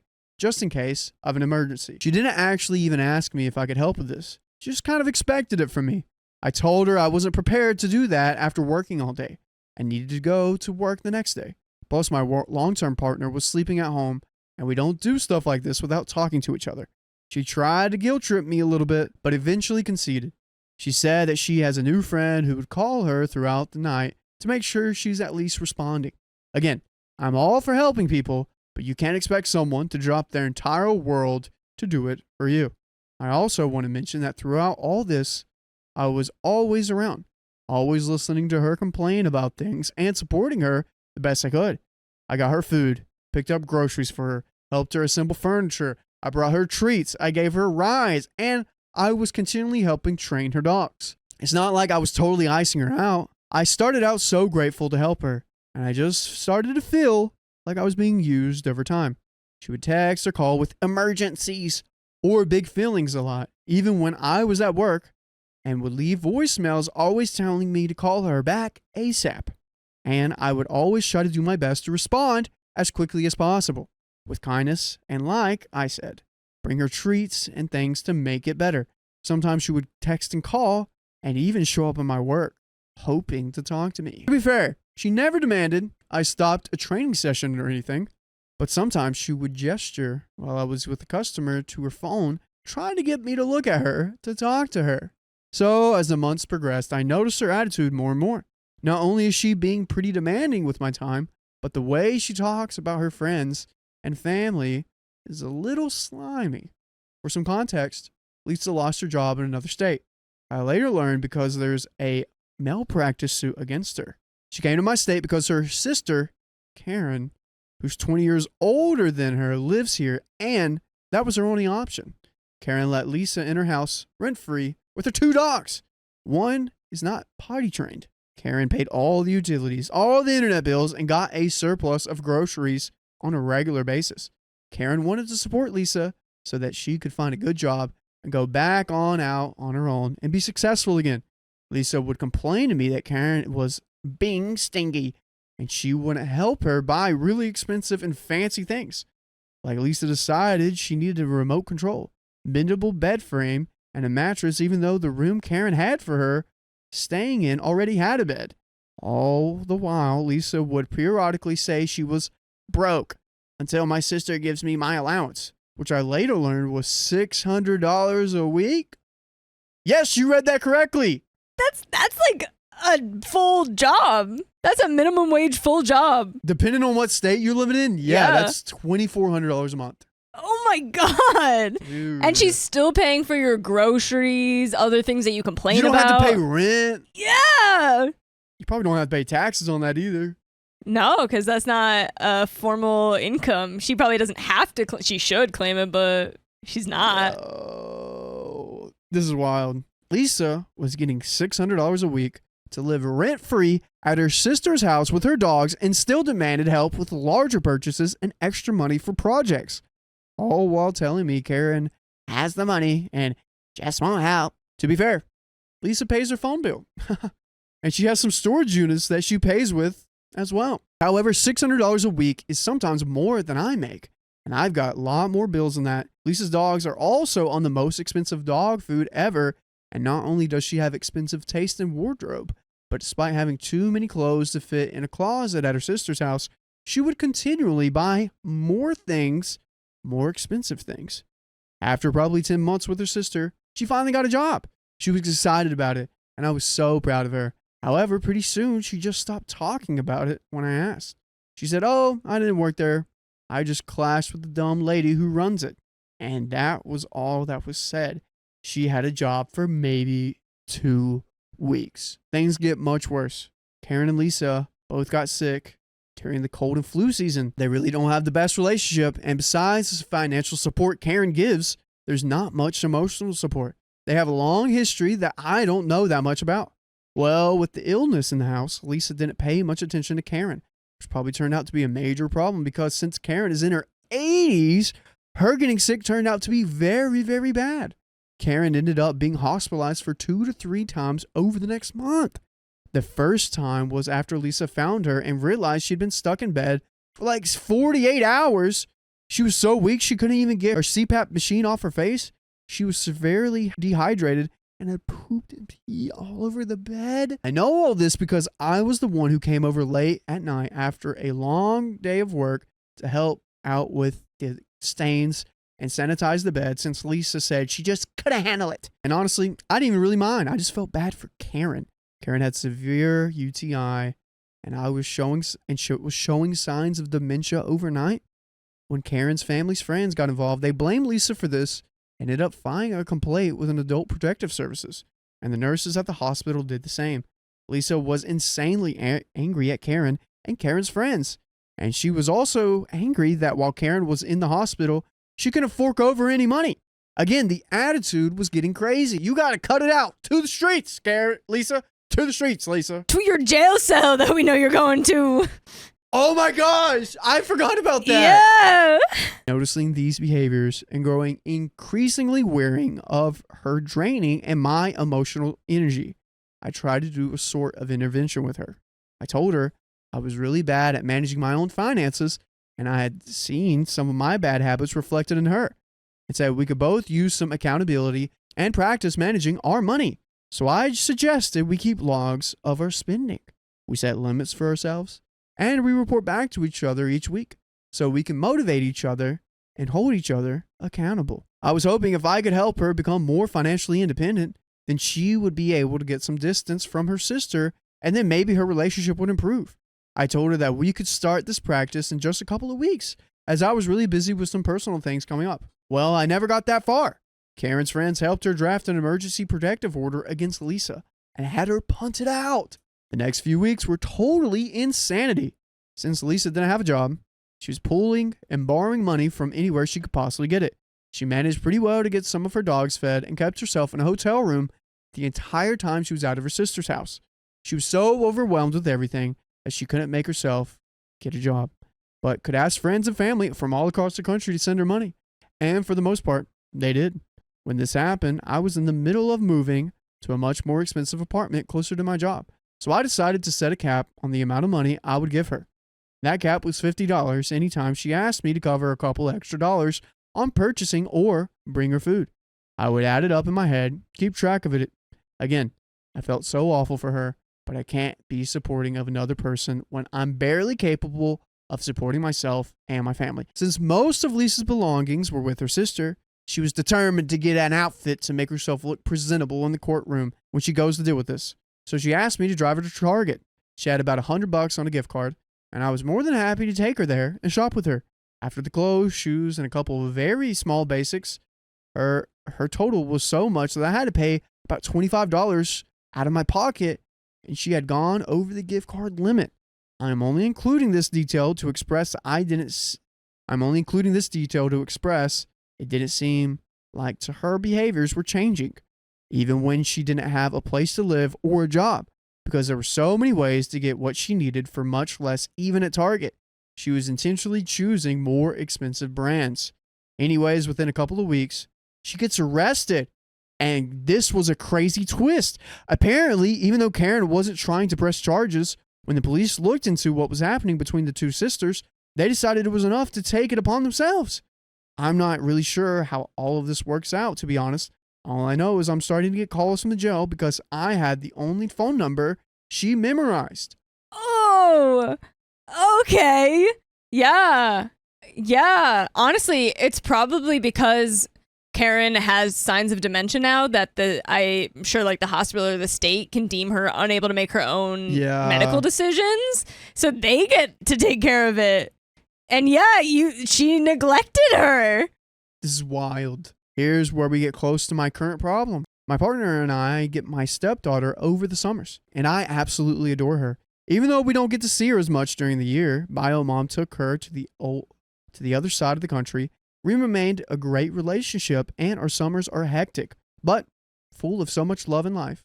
We are really excited because this new expensive apartment has a very nice pool, and my baby loves to swim. That being said, the expenses of this place, plus having another mouth to feed and a little body to clothe, is a huge financial adjustment. Overall, money is tight. Things are crazy, of course. I wouldn't change it for the world, but that's the situation. Bear in mind, So after the arrest, I ended up being the one who goes to the hotel that she was at to get her things and pick up her dogs. I was the only one she can get a hold of, and the only one who was willing. This process alone was so stressful. In between shifts at work, I had to go over there and pack up things. She had gotten more belongings from her sister's house to the hotel, and her room was crazy packed with items. Some of the items were really fancy appliances still in the box, like a stainless steel air fryer and a $200 HEPA air purifier. There was so much stuff that I couldn't fit it all in my van, and luckily the hotel staff helped put some of her things in an empty room they used for storage. Since I was coming and going for a little bit of time, the room cleaners packed up most of her stuff for me. I didn't even look through it. I just had to pack it up and go. I even had to bring my kiddo up to the hotel while I did some of this because I couldn't just materialize childcare. All the while she's calling me every few hours from the jail to frantically ask me to reach out to people on her behalf and ask for money so she could post bail. Every person I reached out to said no or didn't respond at all. 3 days after the arrest, I stopped hearing from her. The next week, I get a call from a representative that works in the jail's mental health unit and is basically a caseworker for Lisa. Her original message says something like this. Lisa says that you have access to her tablet. She wants me to give you a passcode so you can reach out to XYZ. Again, asking for more money. She said she wasn't able to use the phones because she got moved to the mental health unit unless someone puts money on her books. I do everything I can. I'm growing increasingly stressed. Her dogs are on expensive food, and when I tried to give them my dog's food for the first night, they were with me because I didn't have theirs yet. They pooped all over my house with liquid diarrhea, and this was awful.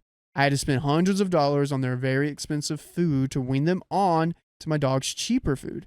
One of their dogs isn't potty trained, as I mentioned, and the other one has bad anxiety with storms and loud noises and almost anything. Oh, I don't even know I mean, How did you get yourself into this? because she kept giving her everything that she asked for. True. Would you fund her jail fund one more time? Nah. Heck no, man. Nah, you Heck can't do no. that. I'm selling everything she got in there I mean, to pay for the dog food and pay for my time taking Yeah. care of the dogs. That's my money. those are your dogs now too, for the most part. Most importantly, the stress, the financial stress, the stress of having extra dogs to walk and feed and monitor, plus living in an apartment complex with strict regulations about the pets you can have. My dog, who is registered with the complex, has been having major behavioral issues because of the other dogs ruining our routine and me not having nearly as much time to dedicate to him. I know it's not his fault at all, but I feel awful, and I don't know how to change it right now while we wait. I spent so much money on them that I was late on my rent and electrical bills less than 2 months after moving in. I feel crazy stupid for taking this on at all when I clearly need to focus on my family, but here I am. I made it. Rent is taken care of, electrical is being paid off, and I got some extra dog sitting jobs. The next couple of months lined up to help me stay afloat. Oh my gosh, OP, this is wild. Oh. Do you like how wild this story is? Yeah, this is crazy. This is crazy, and you can hear more crazy stories just like this one on your favorite podcast platform. Go to Apple, iHeartRadio, Spotify, and search up OK Storytime for more crazy stories that Carly likes to listen to. Where's your line in the sand here? Where were you've been like, I'm done, taking the dogs to the pound, selling all their stuff. So my biggest issue would also be giving up the dogs to someone because Really? I would feel so bad doing that. Well, these aren't your dogs, though. I know, but they're dogs that are innocent, and that would be my line. But I think personally, I'd be like, hey, not the pound, but let's find a foster home. Let's find someone that can watch them until we know how long you're in jail for. But she probably shouldn't even have custody of these dogs when she gets back out.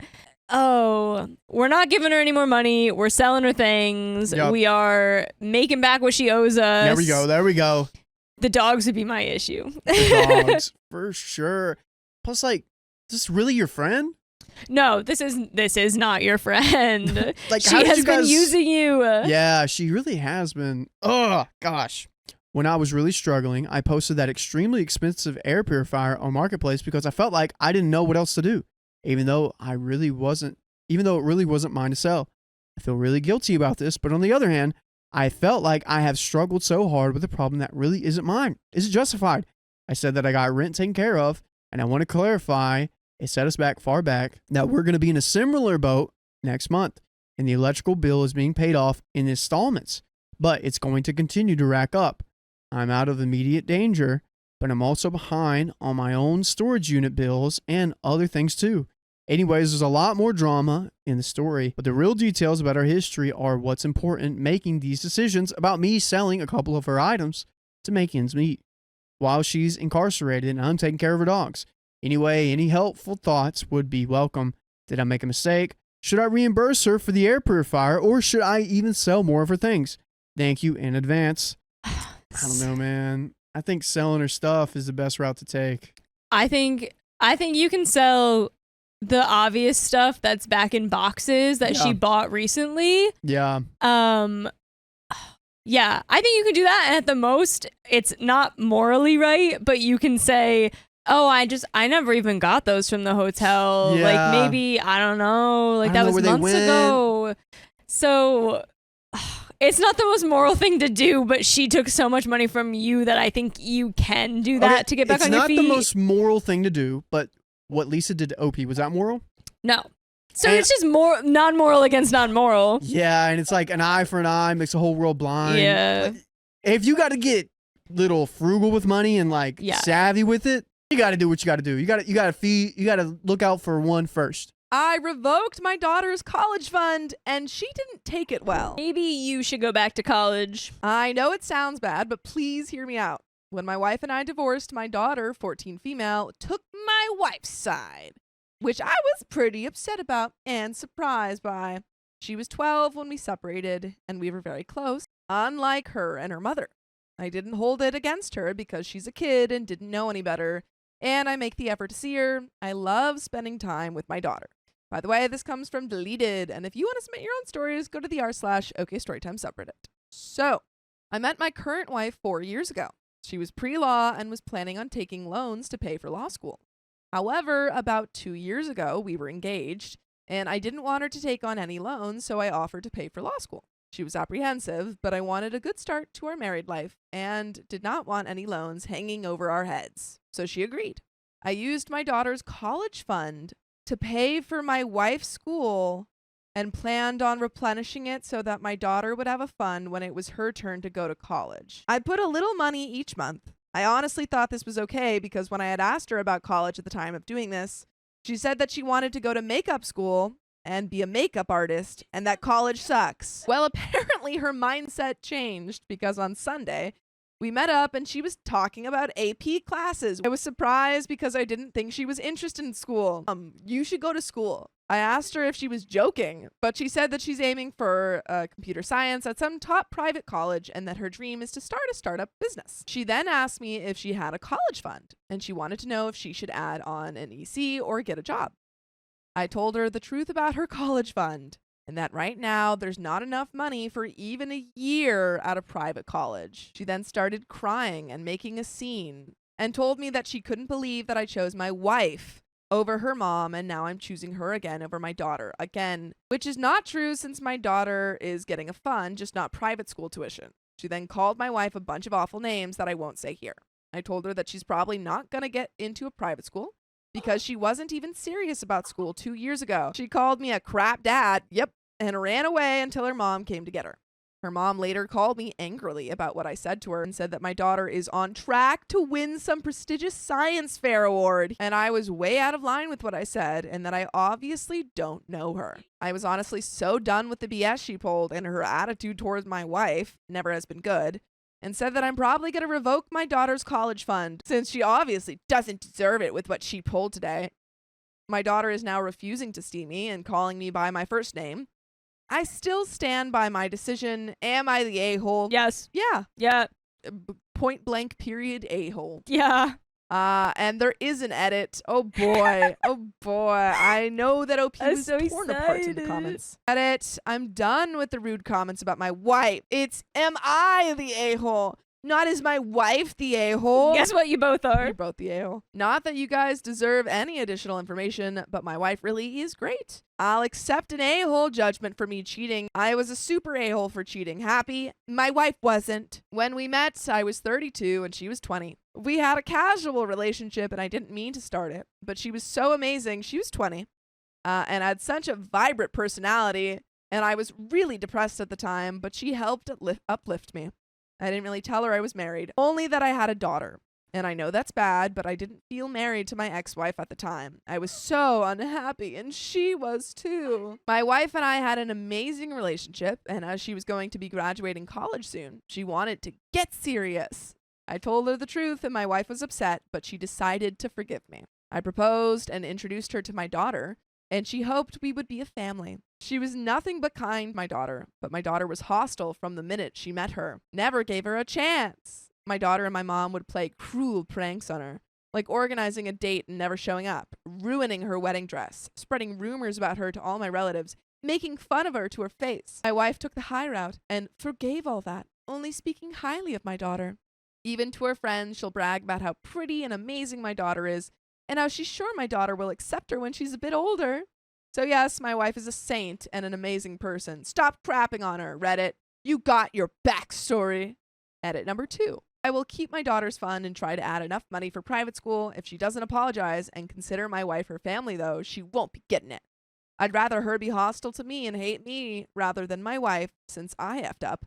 But my wife is feeling guilty over something that's not her mistake. And there is an update, folks. I'll try to add to my college fund so that she can go. Your college fund doesn't exist. Your college fund is 0. Your college fund can't even fund probably a semester of school. Yeah, it doesn't seem like it's 0, but OP has said it can't fund a semester of private school. So that it's just because he said he was putting like $200 a month in that, as though that would even pay. That would not even, having looked into special effects makeup school before, would not even fund that. And also, if he's saying he put $200 a month, and this is probably, she's like 12 when they divorced. She's probably like 16, 17. He said she was like a sophomore now. Yeah, I think. okay, Yeah. so she's probably about 16. So it's 4 years.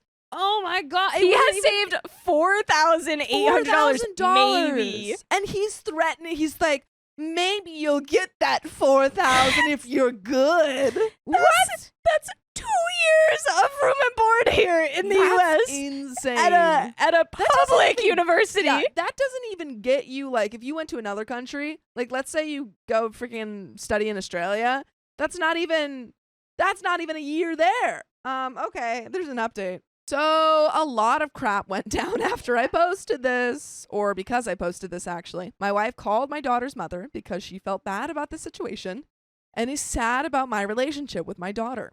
She insisted on the remaining money in the account, about $45,000, going to my daughter in a separate fund controlled by her mother. Her mother didn't take that well and hung up on my wife after telling her that she didn't need her charity. My wife now won't talk to me because she feels that I put her in a bad position and should have told her before that the money was my daughter's, because she figured that it was just extra money I had left over and not my daughter's fund.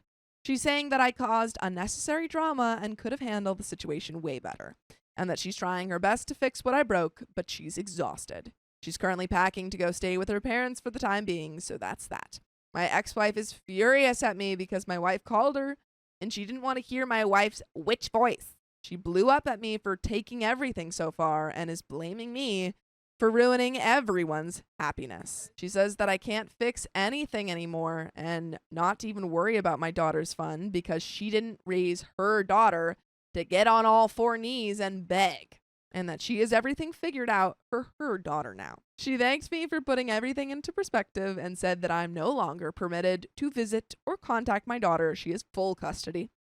I'm now sitting here typing all this out and figuring out ways to contest custody. That's what's happening in my life right now. I just don't get how everything got all messed up when my heart is in the right place. I don't feel wrong. What? Update. The ex-wife's post. Yes! She's going to be like, he's a freaking liar. We've never played tricks on his... All right, folks. We've got the ex-wife's post. This is about to get even crazier. Am I the a-hole for not dropping out of med school for my ex's mental health? Oh, okay. So this isn't in relation to the story we read necessarily. Well, I think it's going to give us a little bit more background. So a family member, not going to say who, so my ex won't curse them out, forwarded me Victor's post. Victor, if you're reading this, I honestly can't believe you. You don't give two craps about Rachel, and now neither does she. I debated about posting this, but I want an answer from unbiased people who are not close to me. Also, this is not about our relationship, but if I was the a-hole in this situation. My ex, Victor, and I got married when we were only 20 years old. We've been dating since our freshman year of high school, and we were in love at the time.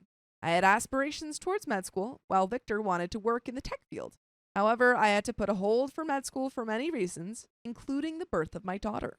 After college, Victor found a nice tech job, so we moved to another city across the country. I found biotech jobs in the same city, but I was not happy with the move because of how far I was from my family and friends. I felt lonely and was unable to make any lasting friends. Victor heard me, but he loved his job and new friends, and we didn't move until I got into med school a few years later. Although I had another offer from a school in the city we were currently at, I missed my family and support system and asked Victor if he could compromise for me this time, since we moved last time for him. His company was offering the same position with higher pay if we moved too. He was unhappy about it, but agreed once Rachel also expressed her desire to be closer to her grandparents and a chance to get a bigger house. After I started med school, Victor's unhappiness grew exponentially, and this is probably when he started to feel like he wasn't married. I guarantee it. He missed his friend. He didn't like his new workplace and didn't like the toll med school was taking on me. There's so much work and hours, and I barely had any time other than for my daughter, Rachel. After my first year, Victor encouraged me to drop out of medical school, as I clearly didn't like it because of how much work I had, and that he wanted to move back to where we were previously living. I told him that I hated it there and would only think about moving back for residency after finishing 3 more years of med school. Victor told me that he was worried that this move could give him depression and that we had to move back. He said I was being unreasonable and that I don't care about him. By the way, if you care about us, you'll listen to full episodes of stories just like this. Just go to Spotify, Apple Podcasts, or iHeartRadio and search up OK Storytime. But there is a little bit left to this story. Do you have any final thoughts? Oh my God. Well, Wow. I mean, he sounds like he never wanted to take care of his kid. He just No. wants to hang out with his bros. He doesn't care about his now ex-wife. Yeah. I'm glad she got out. I know. don't I mean, like, literally is just the worst person ever and doesn't see it. I don't understand how he's so. Someone earlier said maybe narcissist, and I'm I like absolutely think 100%. so. Like, yeah. he only thinks about himself.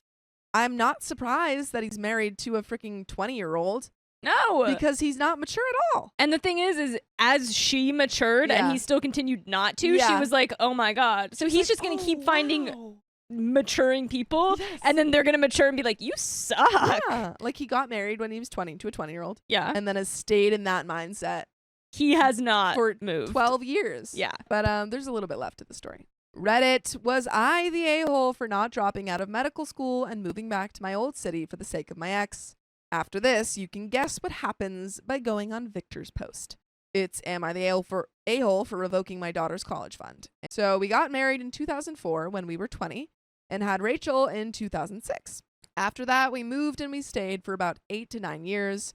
Around 2014 to 2015, I started med school, and by 2018, we were divorced. He's now 36, and I'm still 35, about to be 36. I'm doing my residency right now and get paid basically nothing. I just paid for 4 years of med school with my savings. Luckily, my parents had saved money for me for med school, which I didn't use, and I have some of my own savings left over, so Rachel's taken care of. We resolved this issue, and we won't be needing her father's help.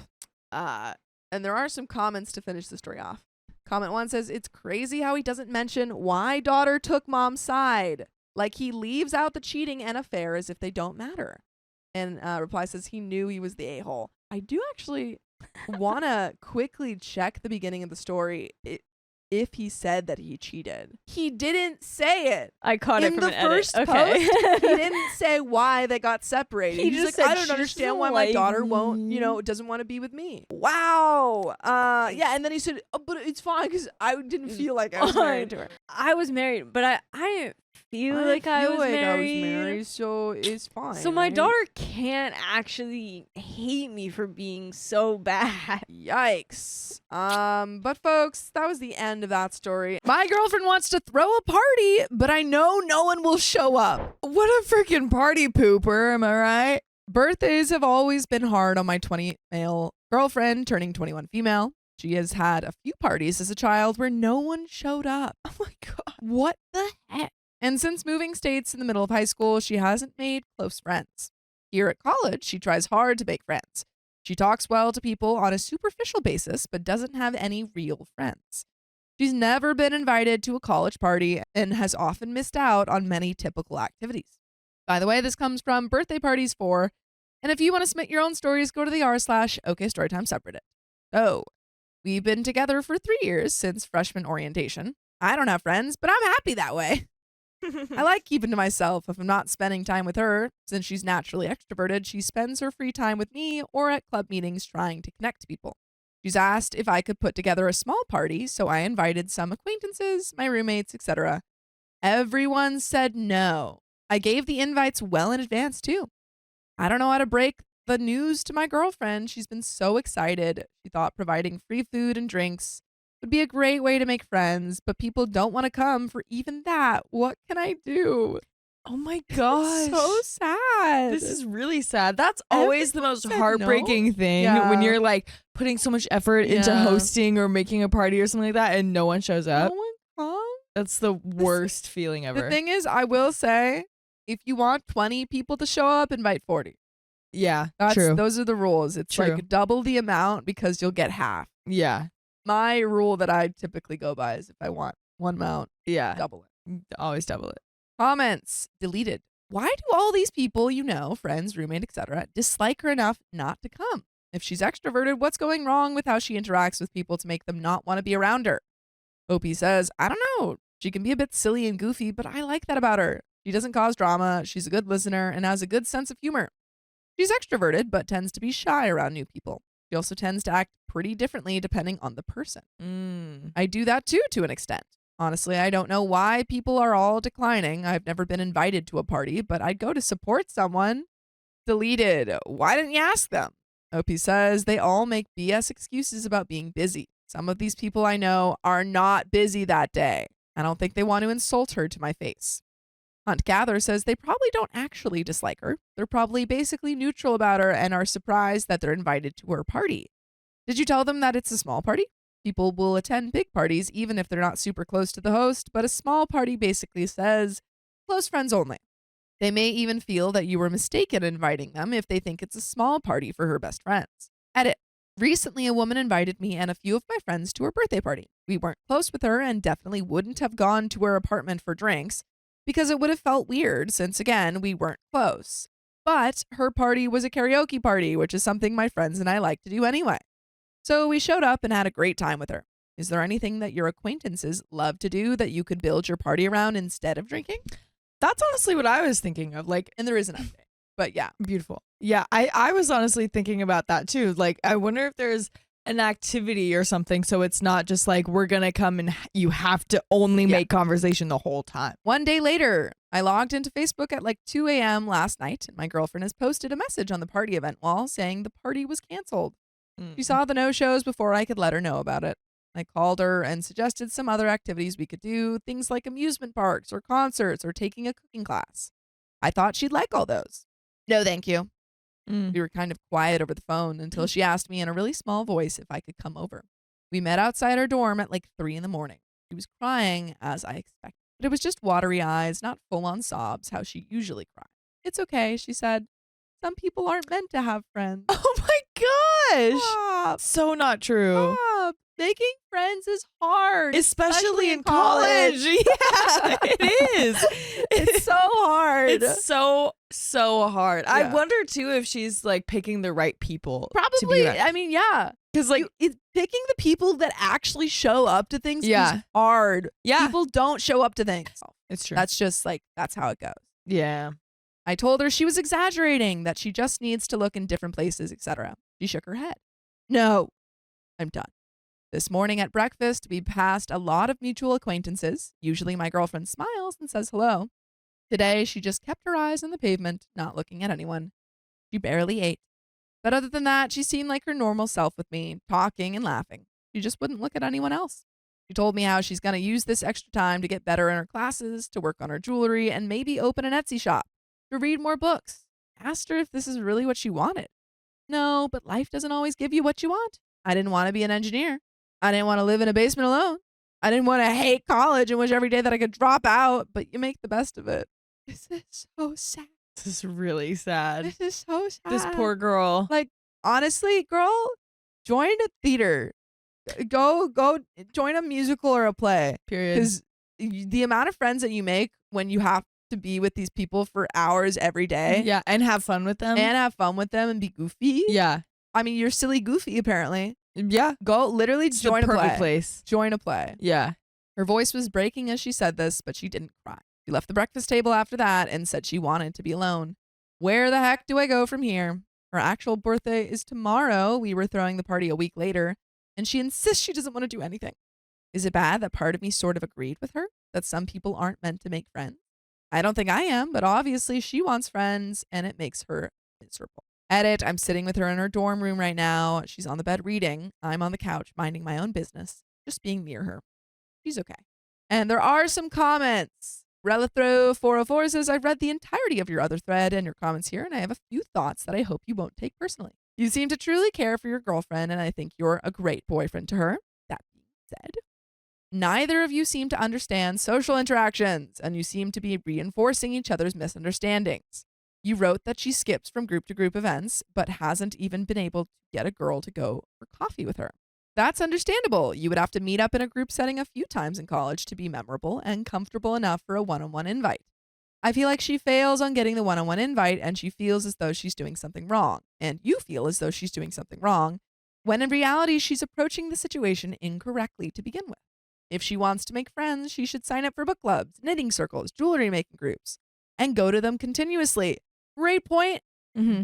Especially like that commenter is right in go to clubs that you already have, Yeah. you know, you already enjoy. So like the book Yeah. clubs, the jewelry, those are things that she already loves doing. Right. I was wondering what clubs she goes to because he mentioned Yeah. clubs, but Yeah. but I do wonder if it's like again like what we were saying earlier, like if it's the right people that are Yes. actually similar to her. Well, I remember my freshman year, I went to literally like I signed up for like 10 different clubs Beautiful. and just went to a bunch of different ones. Yeah. And I realized I wasn't a club person. I was like, wow, these aren't my thing. Go to www.meetup.com and find some groups for her in your area. They will usually have a good mix of college kids and older in a college town, giving her exposure to people in all stages of life and, more importantly, social spectrum. These are people who want to make friends. Frankly, the fact that you aren't interested in friends is holding her back, though that's not your fault. She wants to be social and has entered into a cycle of not having friends, getting desperate, alienating people through desperation, not having friends.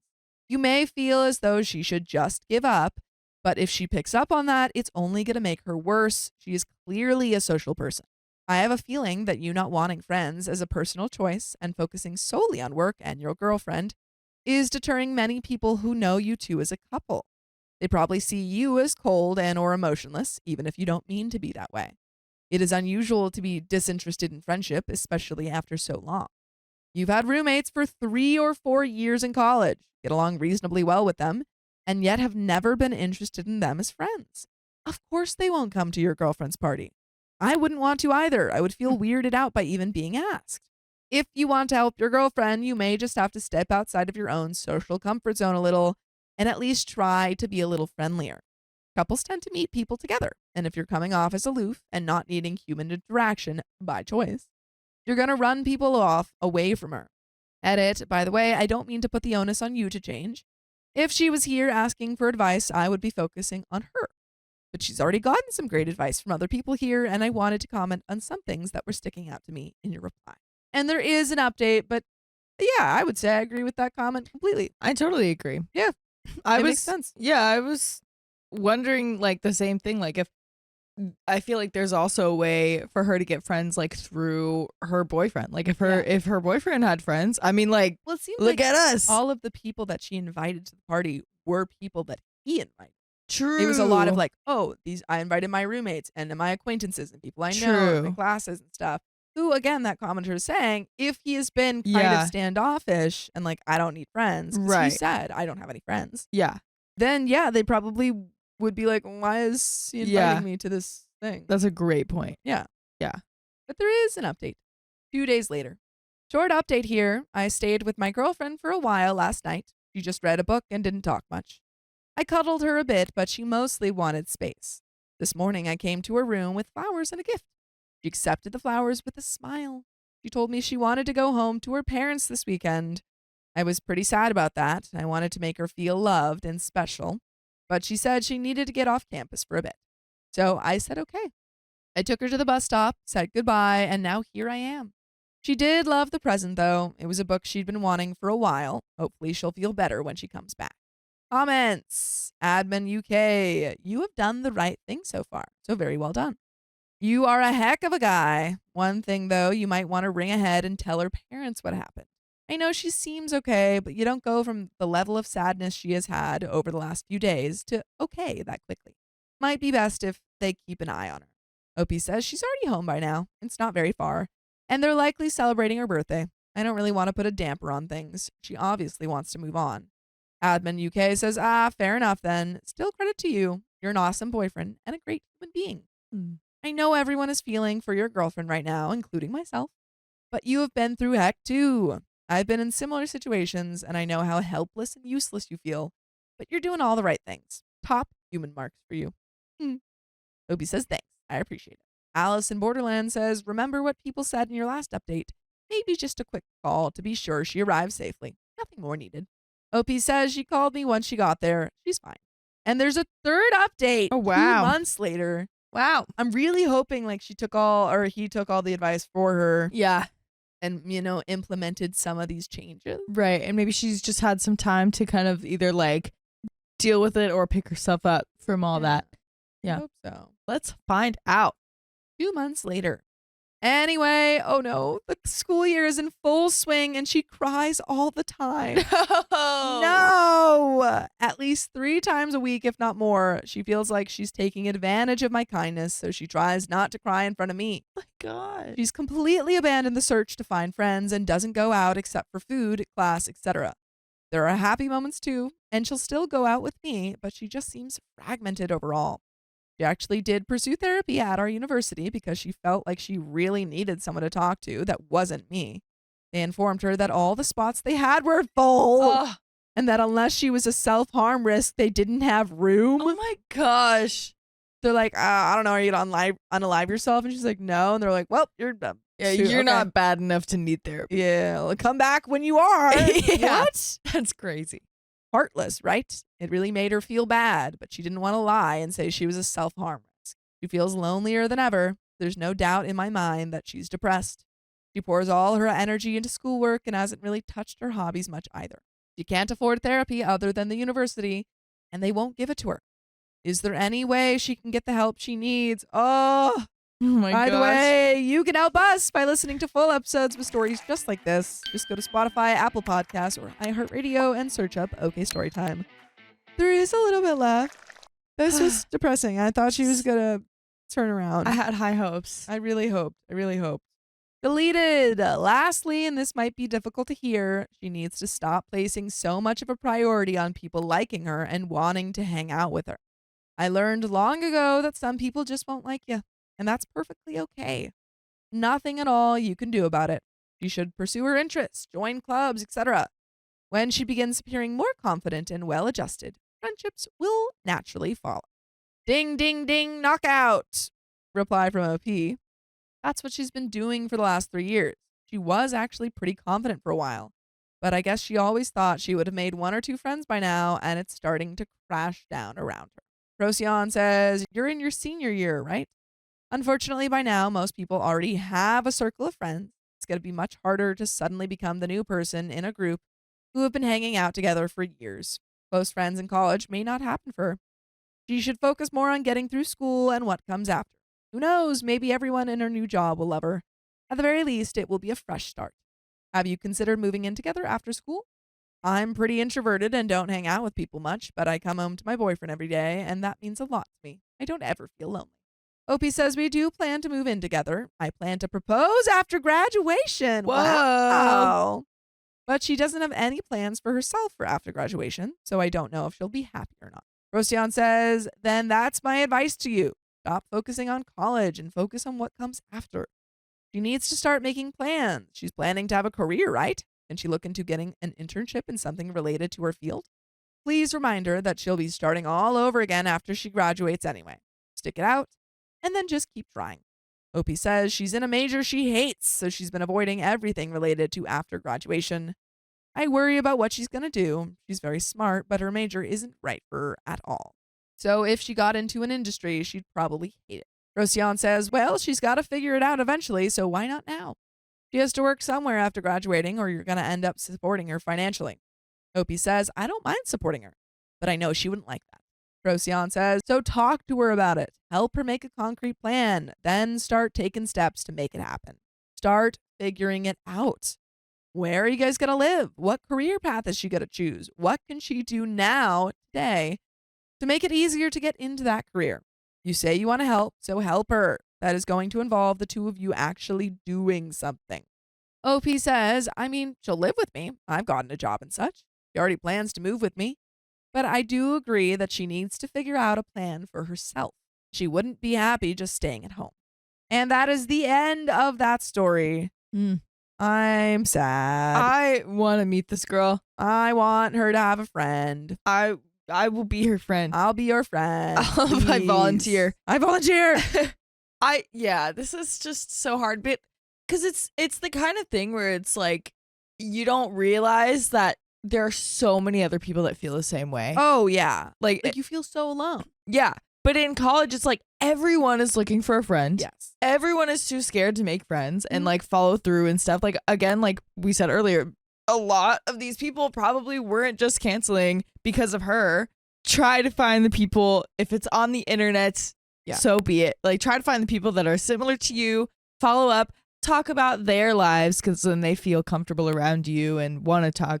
Just keep trying. It's not over yet. Please. Please, please, please. My wife's party ideas are horrible, so I shut them down. Ooh, those could be some bad ideas. I can't wait to hear. For some context, the story starts last year at our 7-year-old son's birthday party. I, 32 male, and my wife, 32 female, held the party at our home. By the way, this comes from Noltmage, and if you want to submit your own stories, go to the r/OKStorytime subreddit. And I'm Angie. I'm Dakota. And we're here to give you good advice, goofily, but we don't have all the answers. We just know what we would do in this situation. So let us know what you would do in the comments. And OP says, we decided to leave the bulk of the planning to my wife, as she loves this kind of thing and wanted to take the reins. I had no reason to doubt any of her plans, as she did a great job with our past parties. I handled invites, food orders, and anything else that she needed me to do. To her credit, she did a great job with the party itself. Everything ran smoothly, and the kids had a great time. Until she brought out the party favors that she had kept a surprise from me.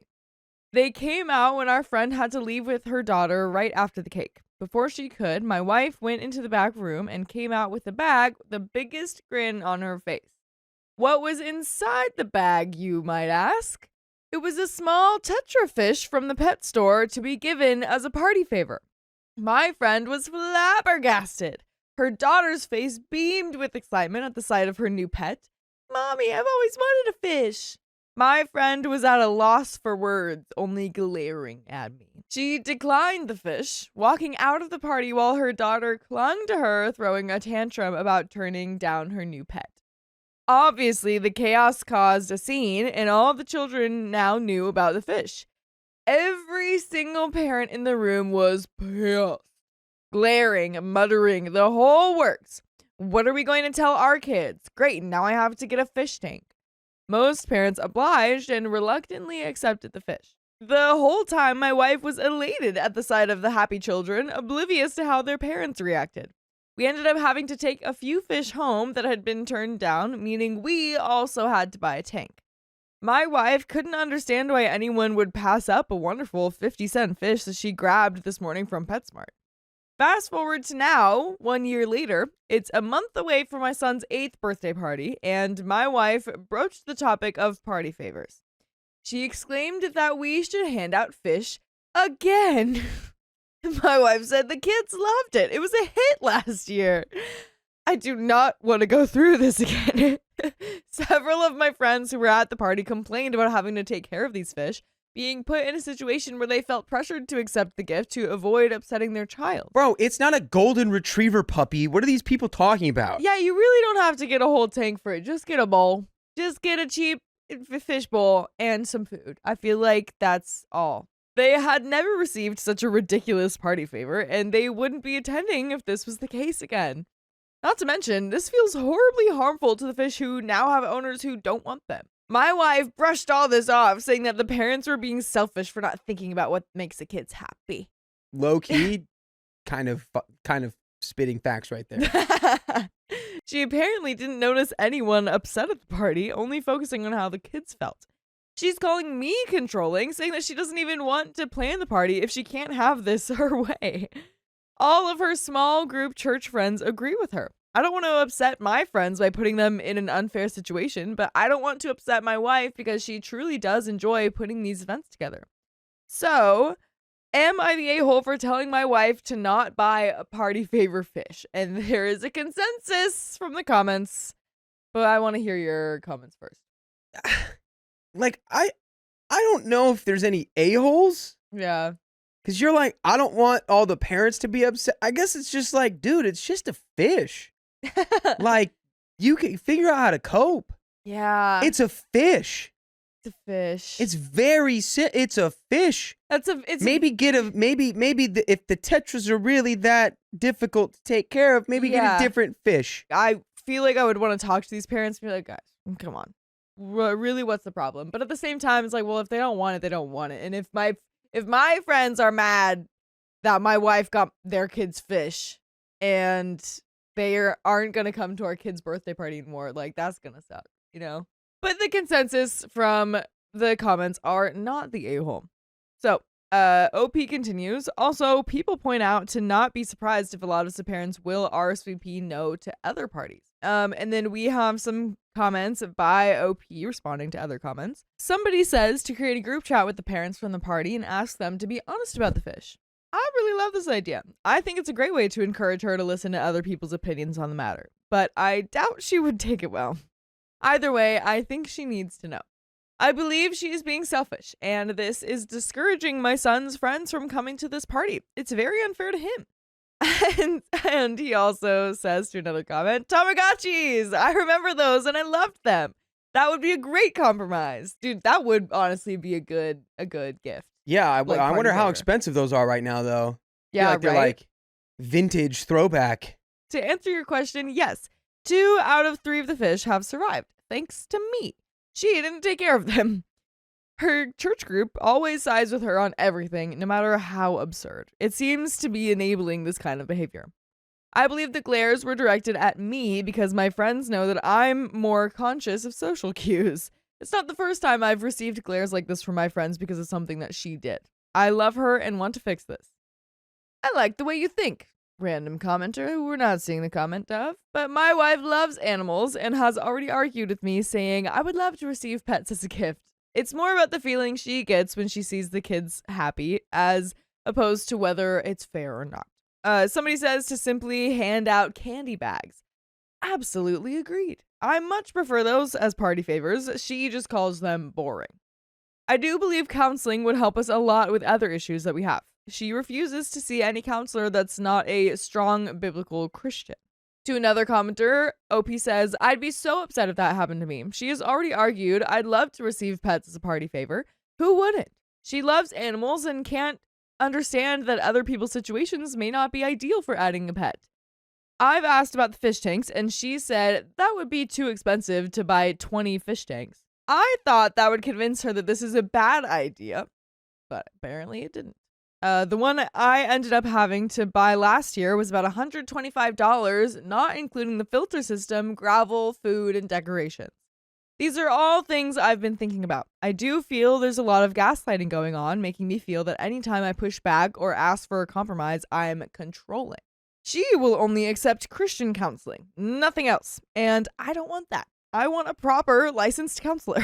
But I do agree there are other underlying issues here, and we do have an update. Yeah, more like Christian counseling. Sounds like you need Fishchin counseling. Oh, what? Fish counselor. You just go to PetSmart and like and just have one of the guys who's like feeding the fish. Be like, Yeah. hey, we need advice on our marriage. Lend me your ear. It's like some teenager. Lend me It's your ear, Master Fishmonger. I need your advice, your sage wisdoms. But we do have an update. Let's get into it. I took your guys' advice and decided to just talk to her. I used a lot of your points from the comments to reason with her, especially the ones about animal abuse. My wife just kept insisting that I was controlling, eventually just shutting down and walking away, giving me the silent treatment. For those of you asking if this has happened before, yes. Not the party situation exactly, but the I'm going to make a horrible selfish decision and if you push back, you're controlling behavior. She has backed out of multiple parties and events last minute because she didn't feel like going and accused me of abandoning her when I told her that I still wanted to go. She has insisted that I stop playing guitar because she finds it annoying. She attended a wedding in a swimsuit because she was told there was a pool. Okay. All right. We're getting some more wrinkles here. Yeah. That maybe your wife's behavior has more facets to it Yeah. than we anticipated. Maybe there's an explanation for all of this. Social cues, not everyone knows that she doesn't take social cues as well. Showing up to a wedding in a bathing suit because there's a pool. That shows a lack of executive function. Like you should know. Yeah. You're not going to the wedding in a swimsuit. I feel like there's something that could be diagnosed going on here. Just to think about. Just a thought. At this wedding, she proceeded to spend the whole reception at the pool because they're your friends. I don't really care about celebrating them. She also pushed back on my insistence to find a new school for our son, even though he was being bullied, because she didn't feel like causing a scene. Our son is in a new school now, and he's much happier. I was fed up and refused to give in. I can't let my son go through this, and I'm not letting him lose friends because of my wife's selfishness. After literally following my wife around the house, trying to get her to talk to me, she said, fine, if you want it your way, you can plan this party yourself. So I did. I planned the party myself, besides the invitation, location, and date, which were already planned. My wife also demanded on picking out the cake, and that wasn't a hill I was willing to pass away on.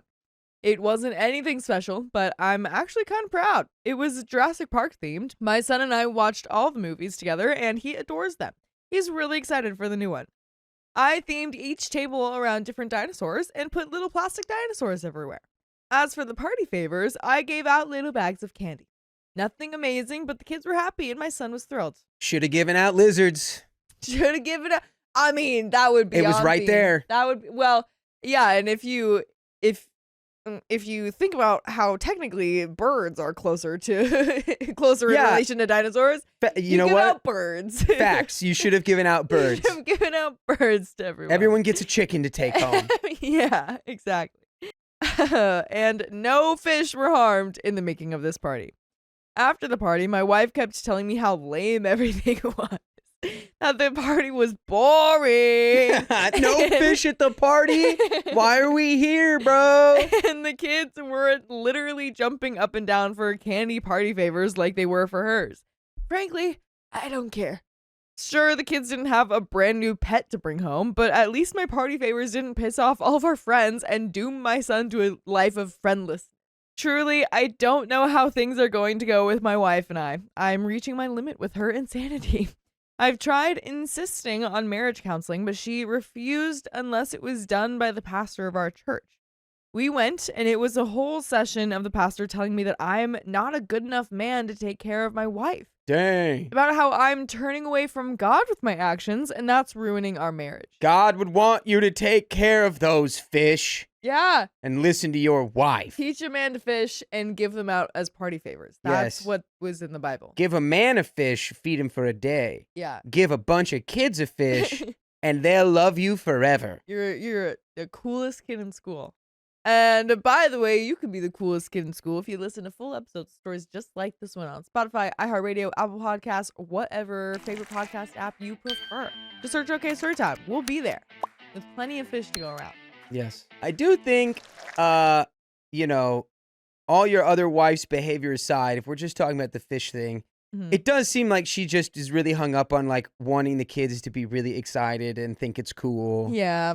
But, you know, I think this is really a small window into the real issues of your marriage, which is her pulling stuff like going to the wedding in a bathing suit and saying like, Right. why should I hang out with anyone? I don't care about your friends. Yeah. That's I'm kind at of their that's wedding. kind of whack.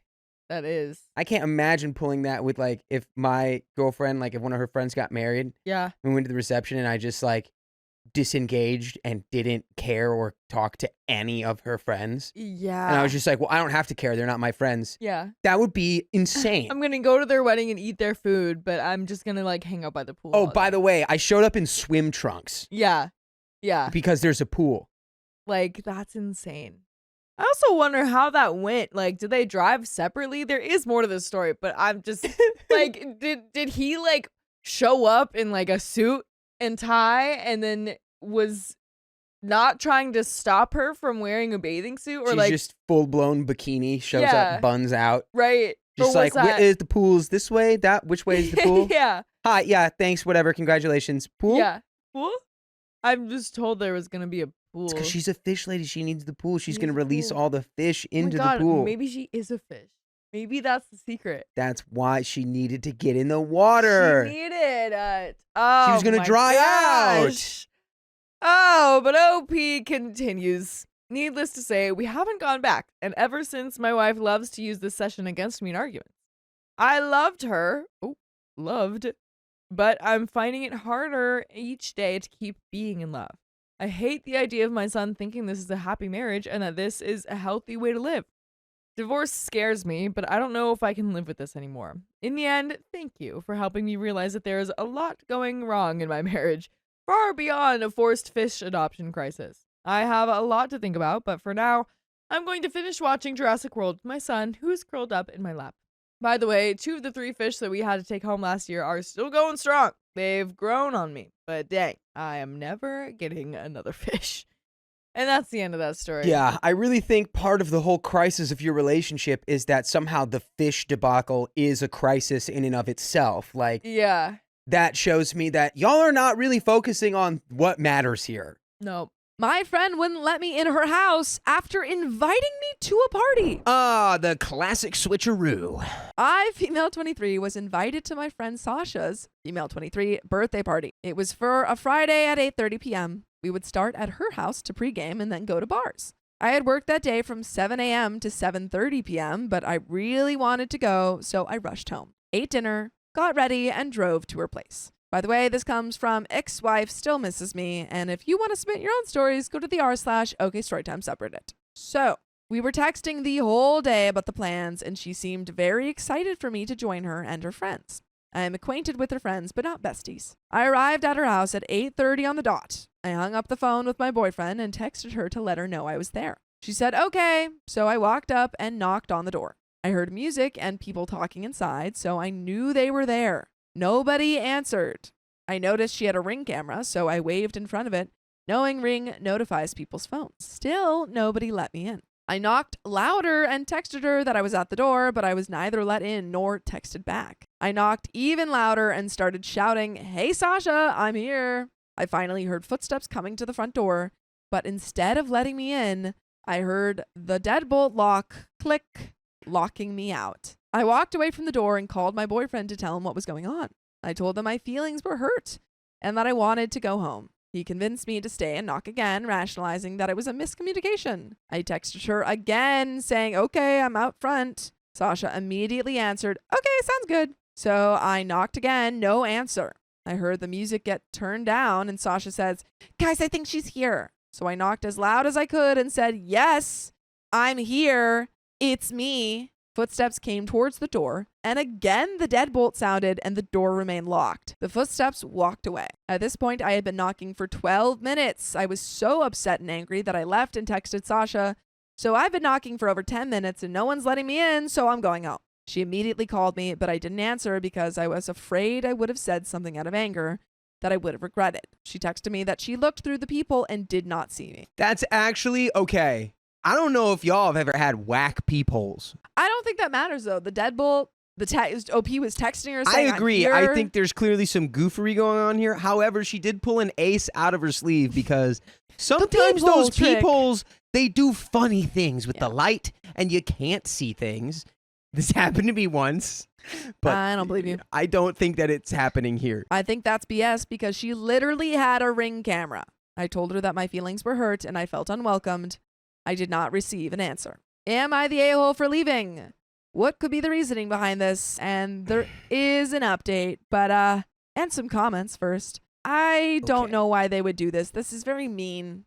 The Ring camera really makes any possibility, which Yeah. again I wasn't even saying was Yeah. it was really happening. It's Yeah. it's I don't know. These people are collectively goofing on you. Someone maybe started a rumor. Someone maybe is telling a lie, or Yeah. maybe you have a skeleton in your closet. Someone discovered. And they found it out. But We you need know what more I just info. found out? Jenny Nelson just donated 20 gifted members. Woo!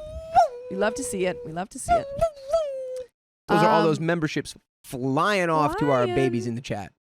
Someone also said wrong address. I would hope that it seems like OP knows. And also she heard them inside saying, I think don't she's know. here. I feel like if it was wrong address, I'd open my door and say, Yeah. "Go away." Go, stop knocking. Relevant/top comments. Commenter 1 says, Sasha ain't no friend of yours.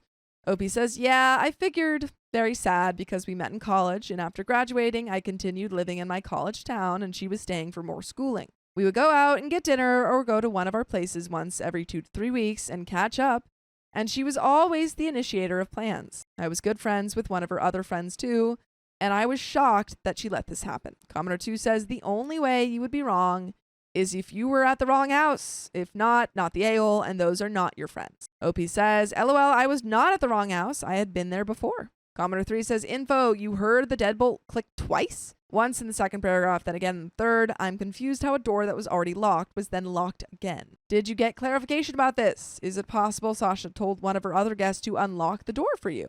OP says, yeah, my guess was they unlocked it when I walked away the first time to call my boyfriend. OP on how Sasha invited her to the party. OP says, she texted me the week before to invite me, then texted me day of to chat about it. Commenter 4, WTF, this sounds like they thought this would be funny, but it was instead cruel, not the a-hole, and there is an update. Update. Few things to add before I get into the update. Yes, I was at the right house, LOL. I had been there before. Yes, I tried to open the door multiple times and it was still locked. No, I am not a bot. My username is from Gravity Falls. My boyfriend told me to knock again because either this is a miscommunication or Sasha is a secret evil bee. And Sasha had never done anything remotely mean in the past, so he gave her the benefit of the doubt. The next morning, one of Sasha's friends, Taylor, female 22, texted me to ask me if I was joining them in part 2 of the birthday party that night. It was the same plan to pregame and go out to bars. But why would I go to get humiliated again? I said no, but did not tell her why. Sasha texted me a long apology a little after I told Taylor I wasn't joining that night, saying that she was sorry I felt unwelcomed and that she really wanted me there, and she genuinely did not see me through the peephole. This gave me relief, and I replied saying that makes me feel so much better. I thought I was invited as a prank. I don't believe her. To which she responded that she was offended I would even think she would do something like that. What? So I said I wouldn't normally think that because we're good friends, but after knocking on your door for 10 minutes and no one answering, I just started to get in my own head. I probably should have been meaner, LOL, but I feel guilty being mean. She didn't answer my text for a while, and when she did, she said, so dinner on Wednesday, same time as usual? Heck no! I'm about to get done and dashed. My friends and boyfriend ended up convincing me to make plans with her because the worst thing that can happen is I don't have fun and don't go again. We make plans, and when the day comes, I'm walking out the door to my house, and my ceiling starts leaking. It's like divine intervention telling me not to go. We reschedule for the next day. Now, I'm usually extremely open to giving people second chances, but this just felt weird. I don't believe her when she says she didn't see me through the peephole. So before I scheduled dinner, I reached out and texted her saying that I have been wrestling with something, and I don't think I can get over what happened at your birthday party, and I don't see this friendship going further. She responded with, "Is this a joke?" and went on to say how she didn't see me and how she already apologized multiple times, and I seemed fine. But if this is truly something I can't get past, she has nothing else to say. I never responded. She never texted me again. By the way, you should truly listen to full episodes of stories just like this. Just go to Spotify, Apple Podcasts, or iHeartRadio and search up OK Storytime. But there's a little bit left to the story. What do you think? I'm still just like, because everyone is acting exactly how they would act if everything that has been said in the story is actually true. If you did just not see your friend there and now like you had no ill will whatsoever and she was like, I'm not going to be your friend anymore, you would be like, wait, are you serious? Wait, what's going on? Well, because, what? Like, but also that's what you'd be doing if you were a little devious, dastardly, little devious person and you were just like, I don't know, just loved pulling the wool over OP's eyes. I just personally think that if this was true, if she truly did not see OP, then she would have texted her way more. Or just like opened the door? Or opened the door Like, once. So there is so much that makes no nonsense. sense. I'd be like, okay, then why didn't you open the door? Like, what's your excuse for that? Why didn't you, respond to my text? Why didn't you call me? OP's saying nothing like this has ever happened.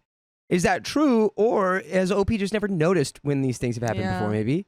Because it feels like this is such a crazy place to start for this coming out of nowhere. Yeah.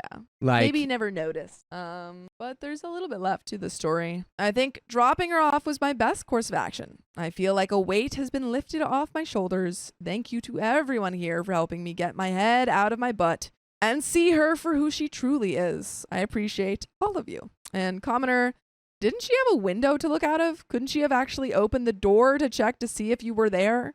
Her arguments about not seeing you through the peephole are nonsense. She could have opened the door instead of deadbolting it from the inside. She was being really mean to you, and you found her out for her nasty behavior. Well done, you, for going on this massive weight loss plan, and the weight you've lost is the mean, inconsiderate, nasty person. Well done. OP says the only reason she wouldn't open the door I could think of is safety reasons. Like it could be a random unaliver or something. Haha. But she knew it was me, so... Commenter 2 says, so Sasha is ignoring that you told her multiple times that you were there and she not only read those messages but responded? The fact that someone heard the door and locked it. If she didn't see you through the peephole, why not open the door and look rather than locking and then deadbolting it? And the fact that she has a Ring camera, it's BS. I don't know why she decided to pull this, but she deliberately invited you and then shut you out. And honestly, does it even really matter? Stop wasting your time and energy on her and keep it moving. If she invites you to go somewhere, say no thanks and let her find a new victim. And that is the end of that story, folks. I had an allergic reaction and my friend thought I was making it up. You're not actually allergic. So I, 18 female, have a thing going on with my group of friends for pretty much all of high school that we hang out on Sunday evenings at someone's house. The host changes week to week, whoever is able to host that week. That's fun. By the way, this comes from Throwaway Dish, and if you want to submit your own stories, go to the r/OK Storytime subreddit. So, anyways, the agreed upon thing was that we all chip in like $5 for food, usually pizza and stuff. Some gave more if someone else was in a rough spot, and it always works fine. One friend, Carla's 18 female parents, own a pretty successful restaurant, so they like to cook rather than just order pizza, which is great on its own. We all still chip in $5 or so for ingredients. The problem that happened is the dad who likes to cook doesn't take criticism well and always makes something I either can't eat due to allergies or just am not into. I stopped joining in / chipping in money when they would host, so I wasn't a letdown for a while. I had definitely been as clear as an awkward girl can be about what my issues and allergies were. My family has never been very wealthy, and well, we ended up homeless for a while, so the hangout nights became a night I could eat something special without worrying too much. Plus, my friends were always great about sending me back with leftovers if they could. So Sunday, I decided to join in on the meal at Carla's house again. I gave money for it per usual. It turned out to once again be something I'm allergic to. I wanted to cry because essentially I wasted $5 that I could have used.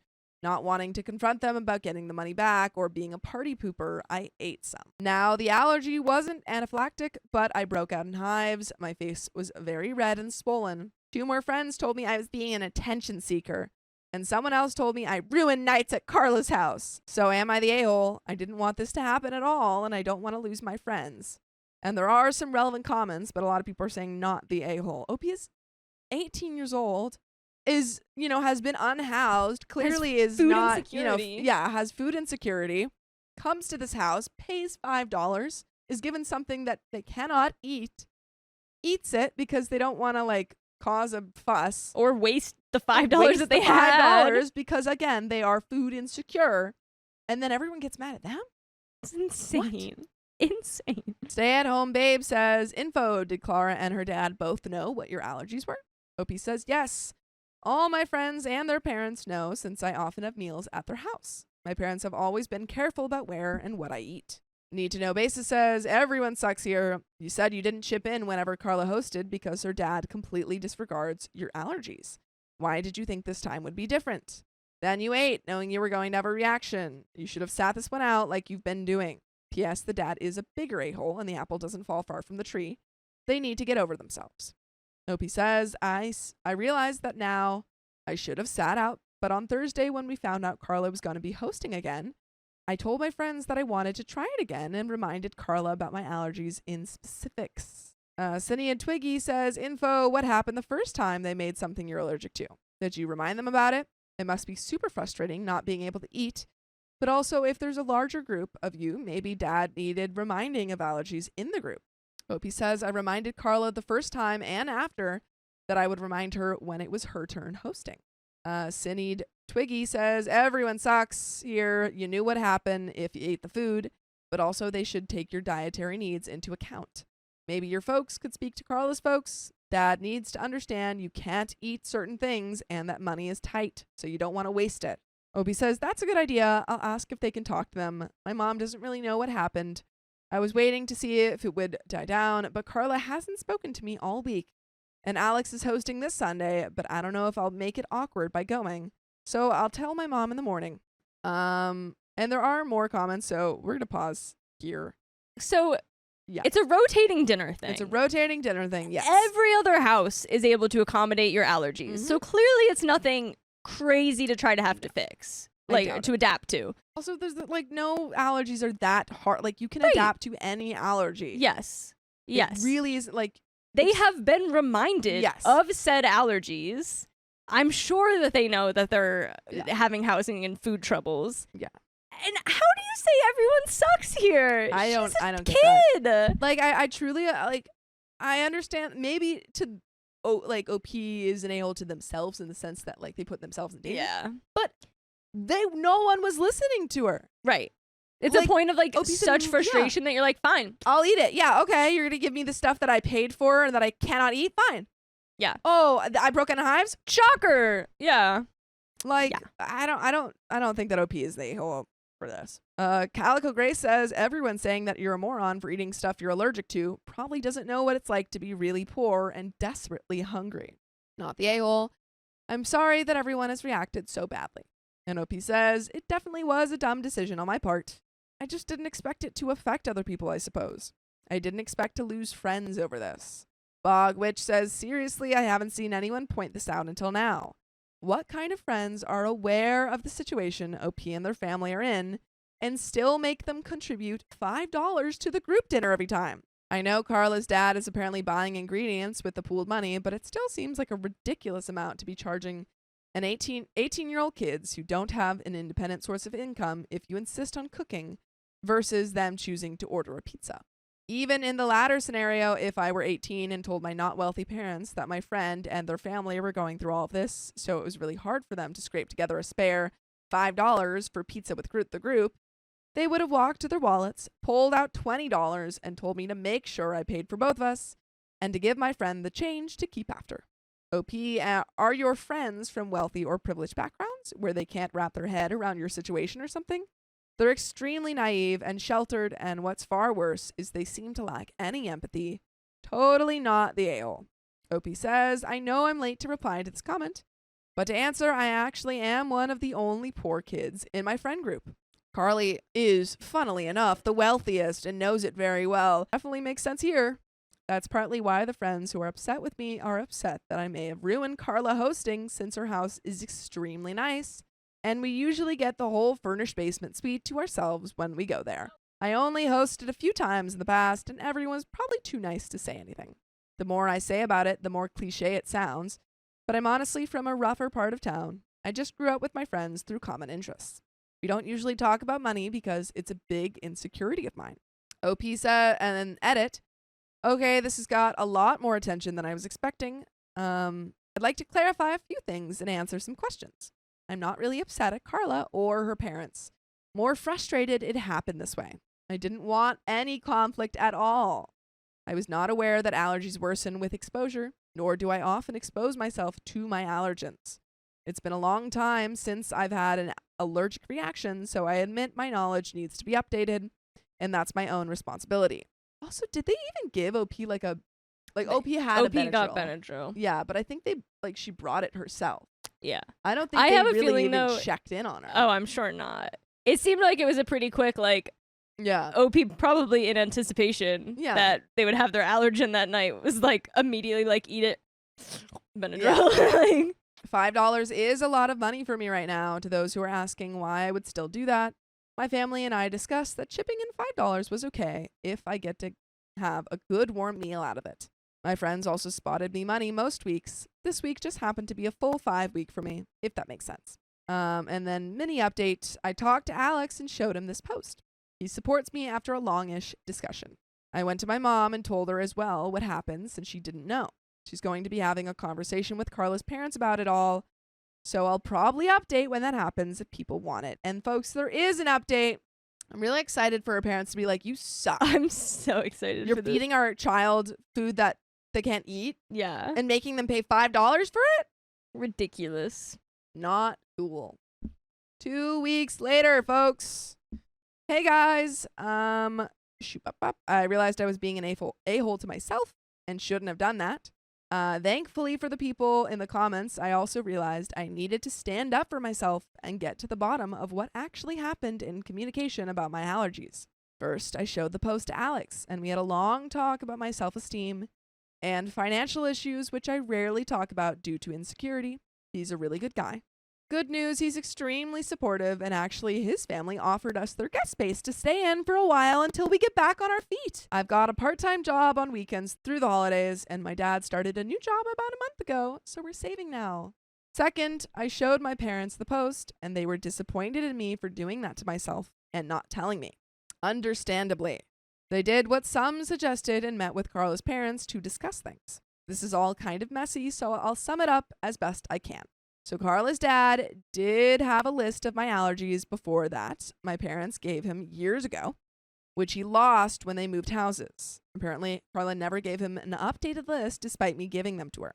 She thought I was making them up. So now Carla's parents are upset with her, and her dad apologized for his lack of initiative and for scaring me. I apologize for not standing up for myself. By the way, you can stand up for yourself by listening to full episodes of stories just like this. Just go to Spotify, Apple Podcasts, or iHeartRadio and search up OK Storytime. There is a little bit left to the story. Do you have any final thoughts? Okay, one thing to clarify. They're now living in Carla's basement? No. So Okay. Alex is another Alex's. friend in the Okay, group, and it they're was living with Alex's. Alex. I just missed whose basement it Yes, was. yes. I mean, sounds like you don't need Carla as a No. friend. Truthfully, I would reach out to all the friends and be like, yeah, or one-on-one talk with them Yeah. and say, I'm yeah, not Carla really didn't gonna be believe my friends. allergies, so that's why, It's probably going to be a situation where happened. Carla's still at dinners. Maybe you can. I do fear that a lot of the friends are gonna side with Carla because she's rich. I do fear that as well. And they they're were like, well, but she's got the cool her house, basement's so fun, and we get the whole thing for dinner. which is crazy because they're all 18. Like these aren't children, at all. So really ridiculous. But W. Alex. W. Alex. My friend group is unfortunately still kind of fractured since I don't know if I can trust Carla anymore. Her attitude through this whole thing has not been nice, and I realize she's never cared for me as much as some of my other friends. So for now, weekly meetings are off. The friends who stuck by Carla's side during the mess still haven't really talked to me, Alex, or the other few friends in our group. Maybe that's for the best, though. I want to thank everyone who's helped me. I'm sure this will help me in future situations. I'm very thankful for outside perspective. And OP says that Carla... Oh, I didn't want to go on in the post into what she said to me after our parents' meeting and stuff because I can't believe she acted this way. I'm sad because we were friends for a while, but thankfully I found out her real feelings about me, I guess. And OP says, I don't think she's jealous. I'm pretty sure she thinks she's better than I am. She could have a crush on Alex, but I don't want to speculate. To be honest, I had a crush on him for, like, ever, LOL. Yeah, I knew that. Yeah, We all knew that. You said that. he's pretty great. He's We all knew you pretty liked him. great. He's letting you stay with him and his family. He likes you, girl. Yeah. Lil Lucky Duck says, I'm not sure if I should comment this, but you mentioned showing your last post to some people in your life, Alex and parents, which means they might follow up again, see the post. I just don't want you to accidentally give someone the 411 on your crush if you're not ready. So true. OP says, thanks for the concern. I appreciate it. Alex already knows. But neither of us is in a place for a relationship right now. He said he likes me back, but our friendship comes first. You guys like each other. Yeah, You guys probably don't start a like relationship while each you're like other. living together. Yeah. But folks, that's the end of that story. My friend treated me badly on a trip. Now I want to send her home. Send her back express mail. And this comes directly from the OK Storytime subreddit. So we have our characters. Me, 25 female. My husband, 25 male. Olivia, 26 female. And Sarah, 25 female. Okay. Context. Olivia works for me, employee turned friend, and I went to high school with Sarah and my husband. I knew she wasn't economically in the best shape. It's rough out there. By the way, this comes from OK Conversation 8659, and if you want to submit your own stories, go to the r/OK Storytime subreddit. So we'd help her when we could, paid for her to come out with us, let her have lots of flexibility at work, paid well above minimum wage. The position is a minimum wage position. Made sure she had decent benefits. I didn't need it because I get coverage under my husband. Let her borrow one of our vehicles. I don't drive, and she would drive us around for work, and we would pay work for mileage, maintenance, and insurance. So you have done a lot for this friend. We have done everything. She took very poor care of it, and it's now very damaged. We didn't ask for anything in return, maybe run me to a doctor's appointment here and there. She expressed that she wanted to find a different job because she didn't make enough with me. Fair enough. And my husband offered her a side gig where she would be a model, as well as coming over once a week to help make the designs and attend 2 events on an all-expenses-paid trip to Europe for an extra $1,000 a month. Is your husband like a fashion designer? I think that's what it is. Oh my god. Fancy. She wasn't satisfied with this long term and was still looking for something externally. That's insane. Your friend is completely ungrateful and you should now do nothing for her. Get $1,000 a month, you're a model and you get to go to Europe, all expenses paid. That's still not enough for you? And you Literally, get a car. I'm done with you. Yeah. No problem. I'll keep my business open until she found something else to make sure she was okay. I was wanting to shut my business anyway as I developed a chronic illness and could no longer do the physical work. There were a lot of times I felt like she took advantage, but I let it go. We go to 2 European countries for 10 days with Sarah and Olivia. My husband and I pay for the flights, hotels, and dinners, and extra things like high tea and a few outings. We're going to high tea. Have some high tea together. Put your pinky out for high tea. They were responsible for lunches, shopping, and any extras they wanted to do. Olivia is being super rude and condescending even before we take off anywhere. How? On your all-expenses-paid trip to Europe. Well, actually, they're not paying for lunch and they're not paying for my shopping. Your own personal shopping spree is on you. Yeah. With your extra $1,000 a month. That's not good enough for her. An example, Sarah and Olivia haven't traveled much, and Sarah forgot full-size beauty products in her carry-on and realized after we checked her baggage. I say to her, I'm sorry, security will take that stuff. You're going to have to buy new stuff when we land. And Olivia jumps in rudely with, they won't take it if it's only partially full. I internally roll my eyes and explain, security goes by what the milliliters the bottle is. It doesn't matter how much liquid is actually inside it. and she just tried to continue arguing. So whatever, security took the products and we moved on. This behavior continued the whole trip, just really condescending and combative and treating my husband and me like we have no idea what we're talking about. She was also warned about tourist traps and what they look like. She got trapped in 2. Nice. So She got out of the first one, but the second one she dragged my husband in, and he ended up paying $500 to get out of it. And then she yelled at my husband about telling his wife about the situation and insulted me behind my back to my husband, saying, I know how she thinks. She thinks she could have spent that money on herself, yada, yada, yada. I privately talked to my husband, and he agrees her behavior is outrageous. To be clear, we didn't expect her to spend every moment with us. Just go do your own thing. I don't care. Just be nice. That's really all I wanted was a nice friend's trip. We finished the first leg of the trip and land in our second destination. And my husband pulls Olivia aside in the airport and asks if she wanted to be there. And if she didn't, there was a return flight home for her. yes. I wasn't there, so I can't really comment on how this went down, but I guess Olivia was trying to cause a scene and yell in the airport, and my husband just walked away because he didn't want to be detained. Exactly. Yeah. Which is what you do. Just walk away. And it can even get to a point where you go, you know what, Olivia? You've been such an oppressive, negative force this Yeah. entire time. We don't want to spend the rest of the trip with you. So we bought you your Yeah. flight home.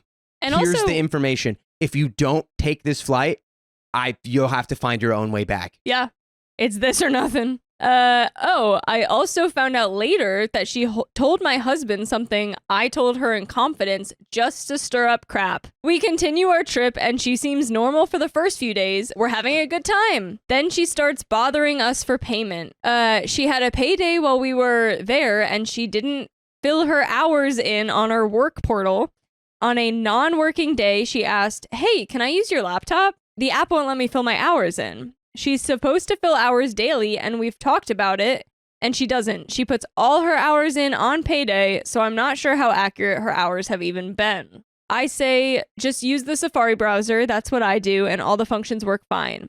And she gets argumentative and says, no, it doesn't work. And I explain that I'm not talking about using the app. Whatever, I'm done with the conversation at that point, and I say, I'm not dealing with this right now. And then she asked my husband when he'll pay her. He paid her later that evening, I believe, but only paid for what work she did. So wait, so I guess Okay. she was getting paid on this trip somehow? So she was getting paid. We don't know if this is just from like work she's done beforehand that she just hasn't been logging, but I think she did agree to do one of the trips with the husband. Okay. And then maybe she was like, but I don't want to keep doing it because it's not like Yeah. sustainable. Like, oh, I'll do this for now, but I'm still going to look for something else.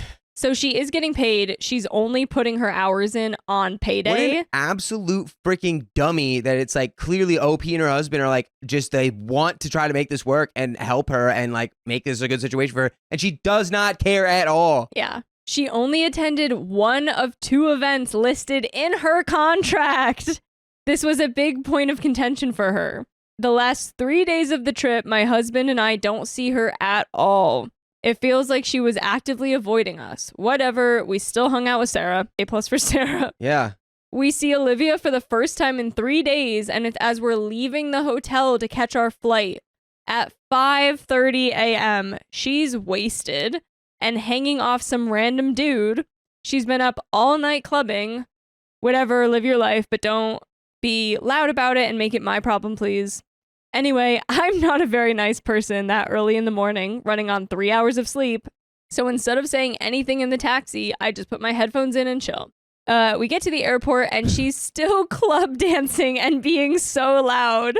Oh We my get God. through with little issue. I just want to really point out quickly that OP, you are actually nice because your version of I'm mean in the morning is being chill with your headphones on. Yeah. That's you being That's mean. so nice. That's normal. That's just being chill. You're just a chill guy. Just a chill guy. Crushing it. We get through with little issue.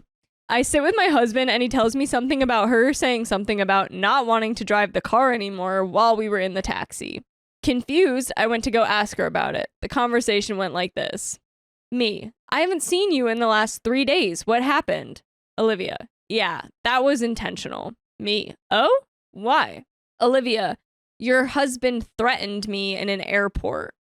Right. Yes. Yes. That was Being like, you seem miserable. If you want to go home, you can. it's a real threat. That's a threat.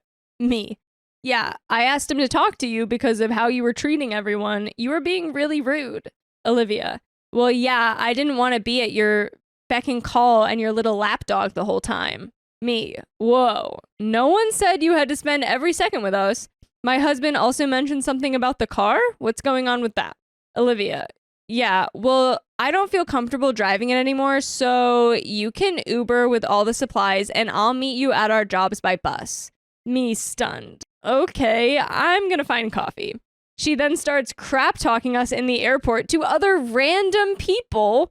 They would sit next to her, she starts ranting, and they would leave a few minutes later looking visibly uncomfortable. And to Sarah, with us sitting within earshot. She's just a horrible person. I mean, she's a monster.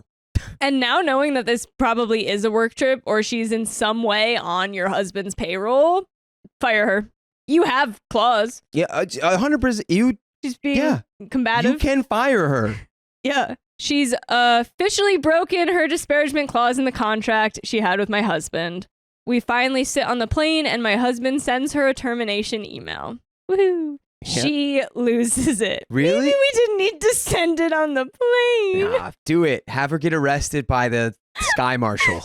This is why you guys don't have any friends, and I quit my company, along with a lot of profanity, to the point where Sarah had to say, shut up before you get punted off the plane. And she sits and is quiet. Then she starts trying to take pictures of us, and I hold my hand out in front of her camera and said, actually, I really don't want photos taken of me right now. And in response, I'm just documenting everything to protect myself. And I just said, of us sitting on a plane? Anyway, she left me high and dry with client appointments to do myself, doubling the time it takes to complete each appointment and significantly harder on my body. Great. We land and board our next flight and she's avoiding us. I would want her to avoid me. If I was OP, I'd be like, please avoid me. I don't know why. I will say, like, she's totally in the wrong and you don't need her anymore. I don't know why you expected to still get driven to appointments, but... Yeah, of course she was going to leave you high and dry. She's a maniac. She's only caring about herself. I'm surprised she drove you to them in the first place. Sarah is trying to stay out of it as much as she can. We land in our home airport and she's chatting with my husband about where to leave the supplies she has and getting her stuff from inside the car, which is parked at our house for the duration of the trip. And he said, go talk to OP. I have nothing to do with this. I get a text about it and I don't respond. We leave and go home. We email her back and forth about what happened and next steps, and her story changes so many times that she starts contradicting herself and eventually stops. At one point claiming she hadn't quit her job with me. No, she got fired. You didn't quit. You got fired for acting a fool and insulting your boss to anyone who would listen to you. I'm guessing there was the potential that how she was like, well, I didn't get fired, I quit. And that can change if you get severance or not sometimes. Yeah, I don't know. So it might have just been the back and forth of like, you need to pay me those like 2 weeks of severance or whatever. So stupid stuff probably. I would just let her spin her wheels. I highly doubt this person will be able to do anything in any capacity to actually harm you. By the way, you should never quit listening to full episodes of stories just like this. Go to Spotify, Apple Podcasts, or your favorite podcast app and search OK Storytime. Boo. We have another update, but what are your thoughts? I mean, we've said them all. When she shows you who she is, listen to her, and then don't take her to Europe with your husband and Sarah. Yeah. Don't expect anything else from her and don't keep helping her. A few days later, I messaged Sarah, hey, are you upset about what went down? I didn't get a response for 2 weeks to the day, basically saying, yeah, that was incredibly immature of you and your husband. You won't be seeing me for some time. How could you guys do that to a so-called friend? I'm standing by Olivia. Wow. That's actually crazy. What? And she really shortened it down, but broad strokes are there. Great. I lost 2 friends over this. So Reddit, am I the a-hole? I mean, unless you told a completely fraudulent story, like, no, you're not the a-hole. Your friend Olivia was like a petulant child. Your friend Sarah also could have been hearing a wildly different form of this because Olivia was Yeah. going right to her. I'm sure. There's a chance Yeah. that she could come back around, but like, honestly, do you want either of Yeah, them? at this point, I would just like anyone who can't see that Olivia is like full crap is Crazy? like, all right. Yeah, so just maybe don't take it personally with Sarah. Yeah. Just let it go, and she'll probably come back around and be like, if she spends any time with Olivia, I'm sure she'll eventually get to a point where this happens to her, and she'll go, oh my God, I was wrong the whole time. Or she'll be so sick of hearing about it because that's probably all Olivia talks about. But So, that is the end of that. Yeah, that is the end. You should let that be the end of your friendship with Olivia. Yes. And also, that is the end of this episode. So, if you love us, make sure you subscribe. We love you. And see you oh God, wait! tomorrow. See you tomorrow. I lied to my friend because she's the worst guest ever. Hey, why don't you serve her a helping of truth, huh? I'm 15 female and I've recently just gone on summer break. My friend, 16 female, who I consider one of my closest friends, though I'm reconsidering now, loves sleeping over at my house. By the way, this comes from Eli, the best guy, and if you want to submit your own stories, go to the r/OKStorytime subreddit. For one, her parents are super strict when it comes to junk food, so she has to eat vegan and organic when she's at her own house. And for another, she enjoys coming over to my house to use my TV and other electronic devices on top of the pool and tennis court in our neighborhood. I've never had many friends growing up, so at first I was ecstatic to have both of my friends over. The first time they came over was fine and everything, but I noticed some red flags that I chose to ignore. On top of that, it was both of their first times at my house, so they were a lot more respectful. Now, one of my friends was fine, but my other friend, Tara, fake name, kept insisting that we have more sleepovers. So far, we've had a total of 4-ish sleepovers. And for 3 of them, it's only been me and my friend Tara, as my other friend's parents were a lot more strict. The more and more my friend comes over, the less and less I want her to come over again. It's not that it was inherently boring or that she was the worst possible guest ever, but she becomes less and less respectful at my house. The worst of it is eating my food. From the moment she comes over, she's basically eaten half my entire pantry. The first time she came over, she would steal food from my kitchen without my permission. She also thinks that just because I grab a drink from my kitchen, that she deserves some food and drinks too. I remember getting a cup of juice from my kitchen and she confronts me saying, I saw you grab that cup of juice, where's mine? I remember thinking how disrespectful and rude that was, especially because it's not her food or snacks. It's gotten to the point that I don't eat or drink anything from my kitchen regularly when she's over. She has the same concept that whenever it's your birthday, she deserves some presents too. The second time she came over, I even hid some of the foods that I had bought from the store under my bed, which she thankfully didn't find. At first, I chalked it up to me being selfish and not wanting to share food, but the problem is that I only get a certain amount of snacks weekly. I have to ration them so that I can have snacks through the entire week. Otherwise, I have to go hours without food, and my mom isn't well off enough to feed 2 other children, so she doesn't like them spending the night either. The worst part is that she shames me constantly for having junk food. Meanwhile, she eats half of my kitchen. She once told me that whenever she came back from my house, her father said that she stunk and opened the windows. I felt incredibly insecure and got really upset at her that she would openly admit that she and her dad laughed at my family and our food while we had the courtesy to feed their child for 2 entire days for free. I found myself not wanting to invite her back, but alas, she insisted. The worst part is that I guess she failed to mention to her dad how it was her constantly berating me for the food in my kitchen. I've told her over and over again to bring her own snacks, games, and other stuff, especially since her father seems to dislike our unhealthy lifestyle, so that she wouldn't be using everything of mine. But another one of her red flags is that she's apparently a big liar, because regardless of how many times she said that she would, she never did. She even laughed in my face once when I asked her where the rest of her stuff was, assuming that she was going to bring her stuff like she promised, but she had only brought 1 bag and she told me that she didn't feel like it and then proceeded to sit on my couch with her shoes on. It's not that I don't offer games and food from time to time, an appropriate amount, but it's actually insane the amount of food that she eats and stuff that she uses, going as far as to eating and drinking my own sister's snacks without her permission. She also doesn't stop at food. She's stolen my hygienic products and she uses my toothpaste and other items, and she's incredibly greedy in the amount she uses. One time I let her have some toothpaste and she poured almost the entire bottle onto her toothbrush. I got upset at her and she just laughed it off, saying that it wasn't my fault, that she was cleaner than I was, which is a total lie. She has no sense of self-awareness and it's starting to tick me off. On top of that, she's incredibly bossy, condescending, and wants everything to go her way. If she doesn't want to do something, we have to think of alternatives. At first, she wasn't like this, but the more times she comes over, the more messier, meaner, and wasteful she gets. And on top of that, she only wants to go to my house. I've asked if we could do it at my other friend's house or her house, and they've both said no. I already know that she won't listen to me when I tell her to bring her own stuff, so I decided to just draw the line. I'm sick of inviting them over, and so I made up a lie so that they couldn't come over. However, now I'm starting to think that I should have just told her the truth and got it over with so she wouldn't ask to come back again. Am I the a-hole for being a liar, or is it justified? And there is an update 2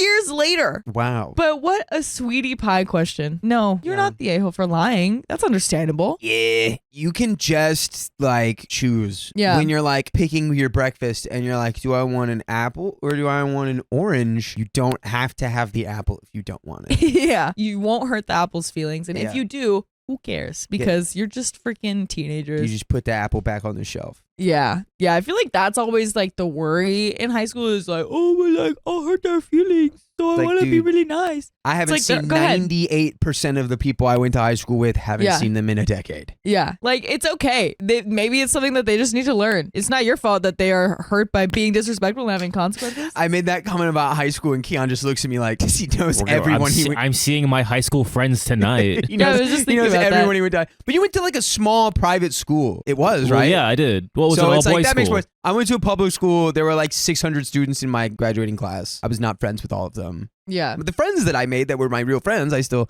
Anyway, this is getting off the rails. Yeah. But Keon But- does know all of his high school friends. That's impressive. Impressive. Update 2 years later. I'm 17 now. Feels incredibly weird how fast time can fly. I'm almost done with my senior year and a lot has changed since then. During the beginning of my junior year, I had started ghosting my friend after she did some pretty harsh stuff. Near the end of my sophomore year, she started ignoring me for 2 entire weeks. I had no clue why. I felt confused and honestly lonely. After 2 weeks, she started talking to me again and apologized for being rude. I accepted her apology and to be honest, I don't know why. When I asked, she said that it was because of her mental health and needing time alone from everyone. After that, our friendship started to dwindle. A year later, near the end of my junior year, a friend of hers who had become a semi-friend of mine told me the truth after I had vented about some stuff that my friend did to me, including ignoring me. Apparently, it wasn't because of mental health, but because she wanted less, quote, immature friend. And the most mature way to do that is to just stop talking to them and blame it on your mental health. I am quite a goofy and playful person, so I think that's where she got the idea that I was immature. It's important to note that during my junior year, I was introduced to several new people via an art program I had signed up for over summer. Some of these people are now long-term friends. Fast forward to my senior year, at the beginning of the year, I shared classes with her, so I sat near her. But she had basically replaced me with another dude who became her new best friend. Anytime we would sit or hang out, she would belittle me or ignore me in favor of this other guy, and anytime me and her talked one-on-one, she would just ask me advice about their friendship. After about 2 weeks, I had enough. I gave my friend a peace of mind. I called her selfish, hypocritical, and a conceited person, and I ditched her completely. I blocked her on all my socials and even stopped talking to any of her close friends, even though I found out later that the guy she replaced me with wanted to become friends with me. When he confronted me, not rude like, more curious, I told him some of the things that she would do and will do. I warned him that she is a walking red sign and not to make the mistake I did, that she'll act like your closest friend until she finds someone else she likes better. The thing about this friend is that she treats people like chess pieces. She treated me like crap, but she didn't want me to branch out to have other friends. When I told her about my art friends, she said that they were weird and to not associate myself with them as it would ruin my social reputation. She hated when I would ghost her or lay her off. I basically felt like a pawn piece sitting next to the queen piece. The friendship was super suffocating. I learned that she had done the same thing she did to me with her ex-best friend who she hung out with all throughout middle school. I also told this new guy friend of hers that I was a replacement at one point just like he was now. And I told him that there was a reason people at school steered away from her. When I was friends with her, almost everyone I talked to had something negative to say about her. These are the things that I learned. She spread a rumor to get a girl fired from her job. She made people think that she was harmful to animals while they volunteered for their honor honors club. The girl went into online school because of rumors. Oh my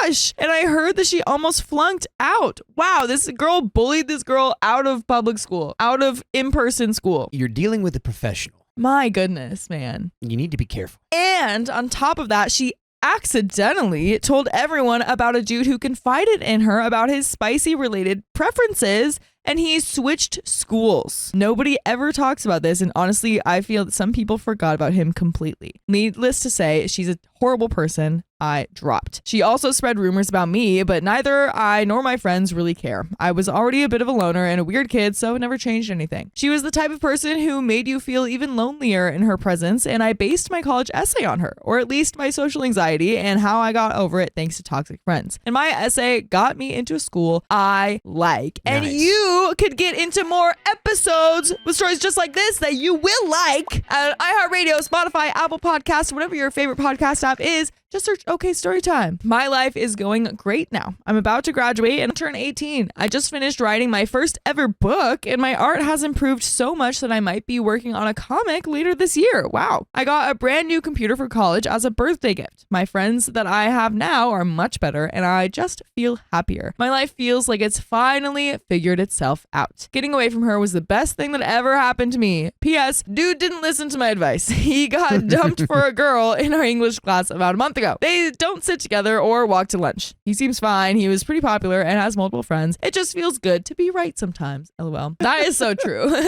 It's just that picture of the dad from Malcolm in the Middle sitting there.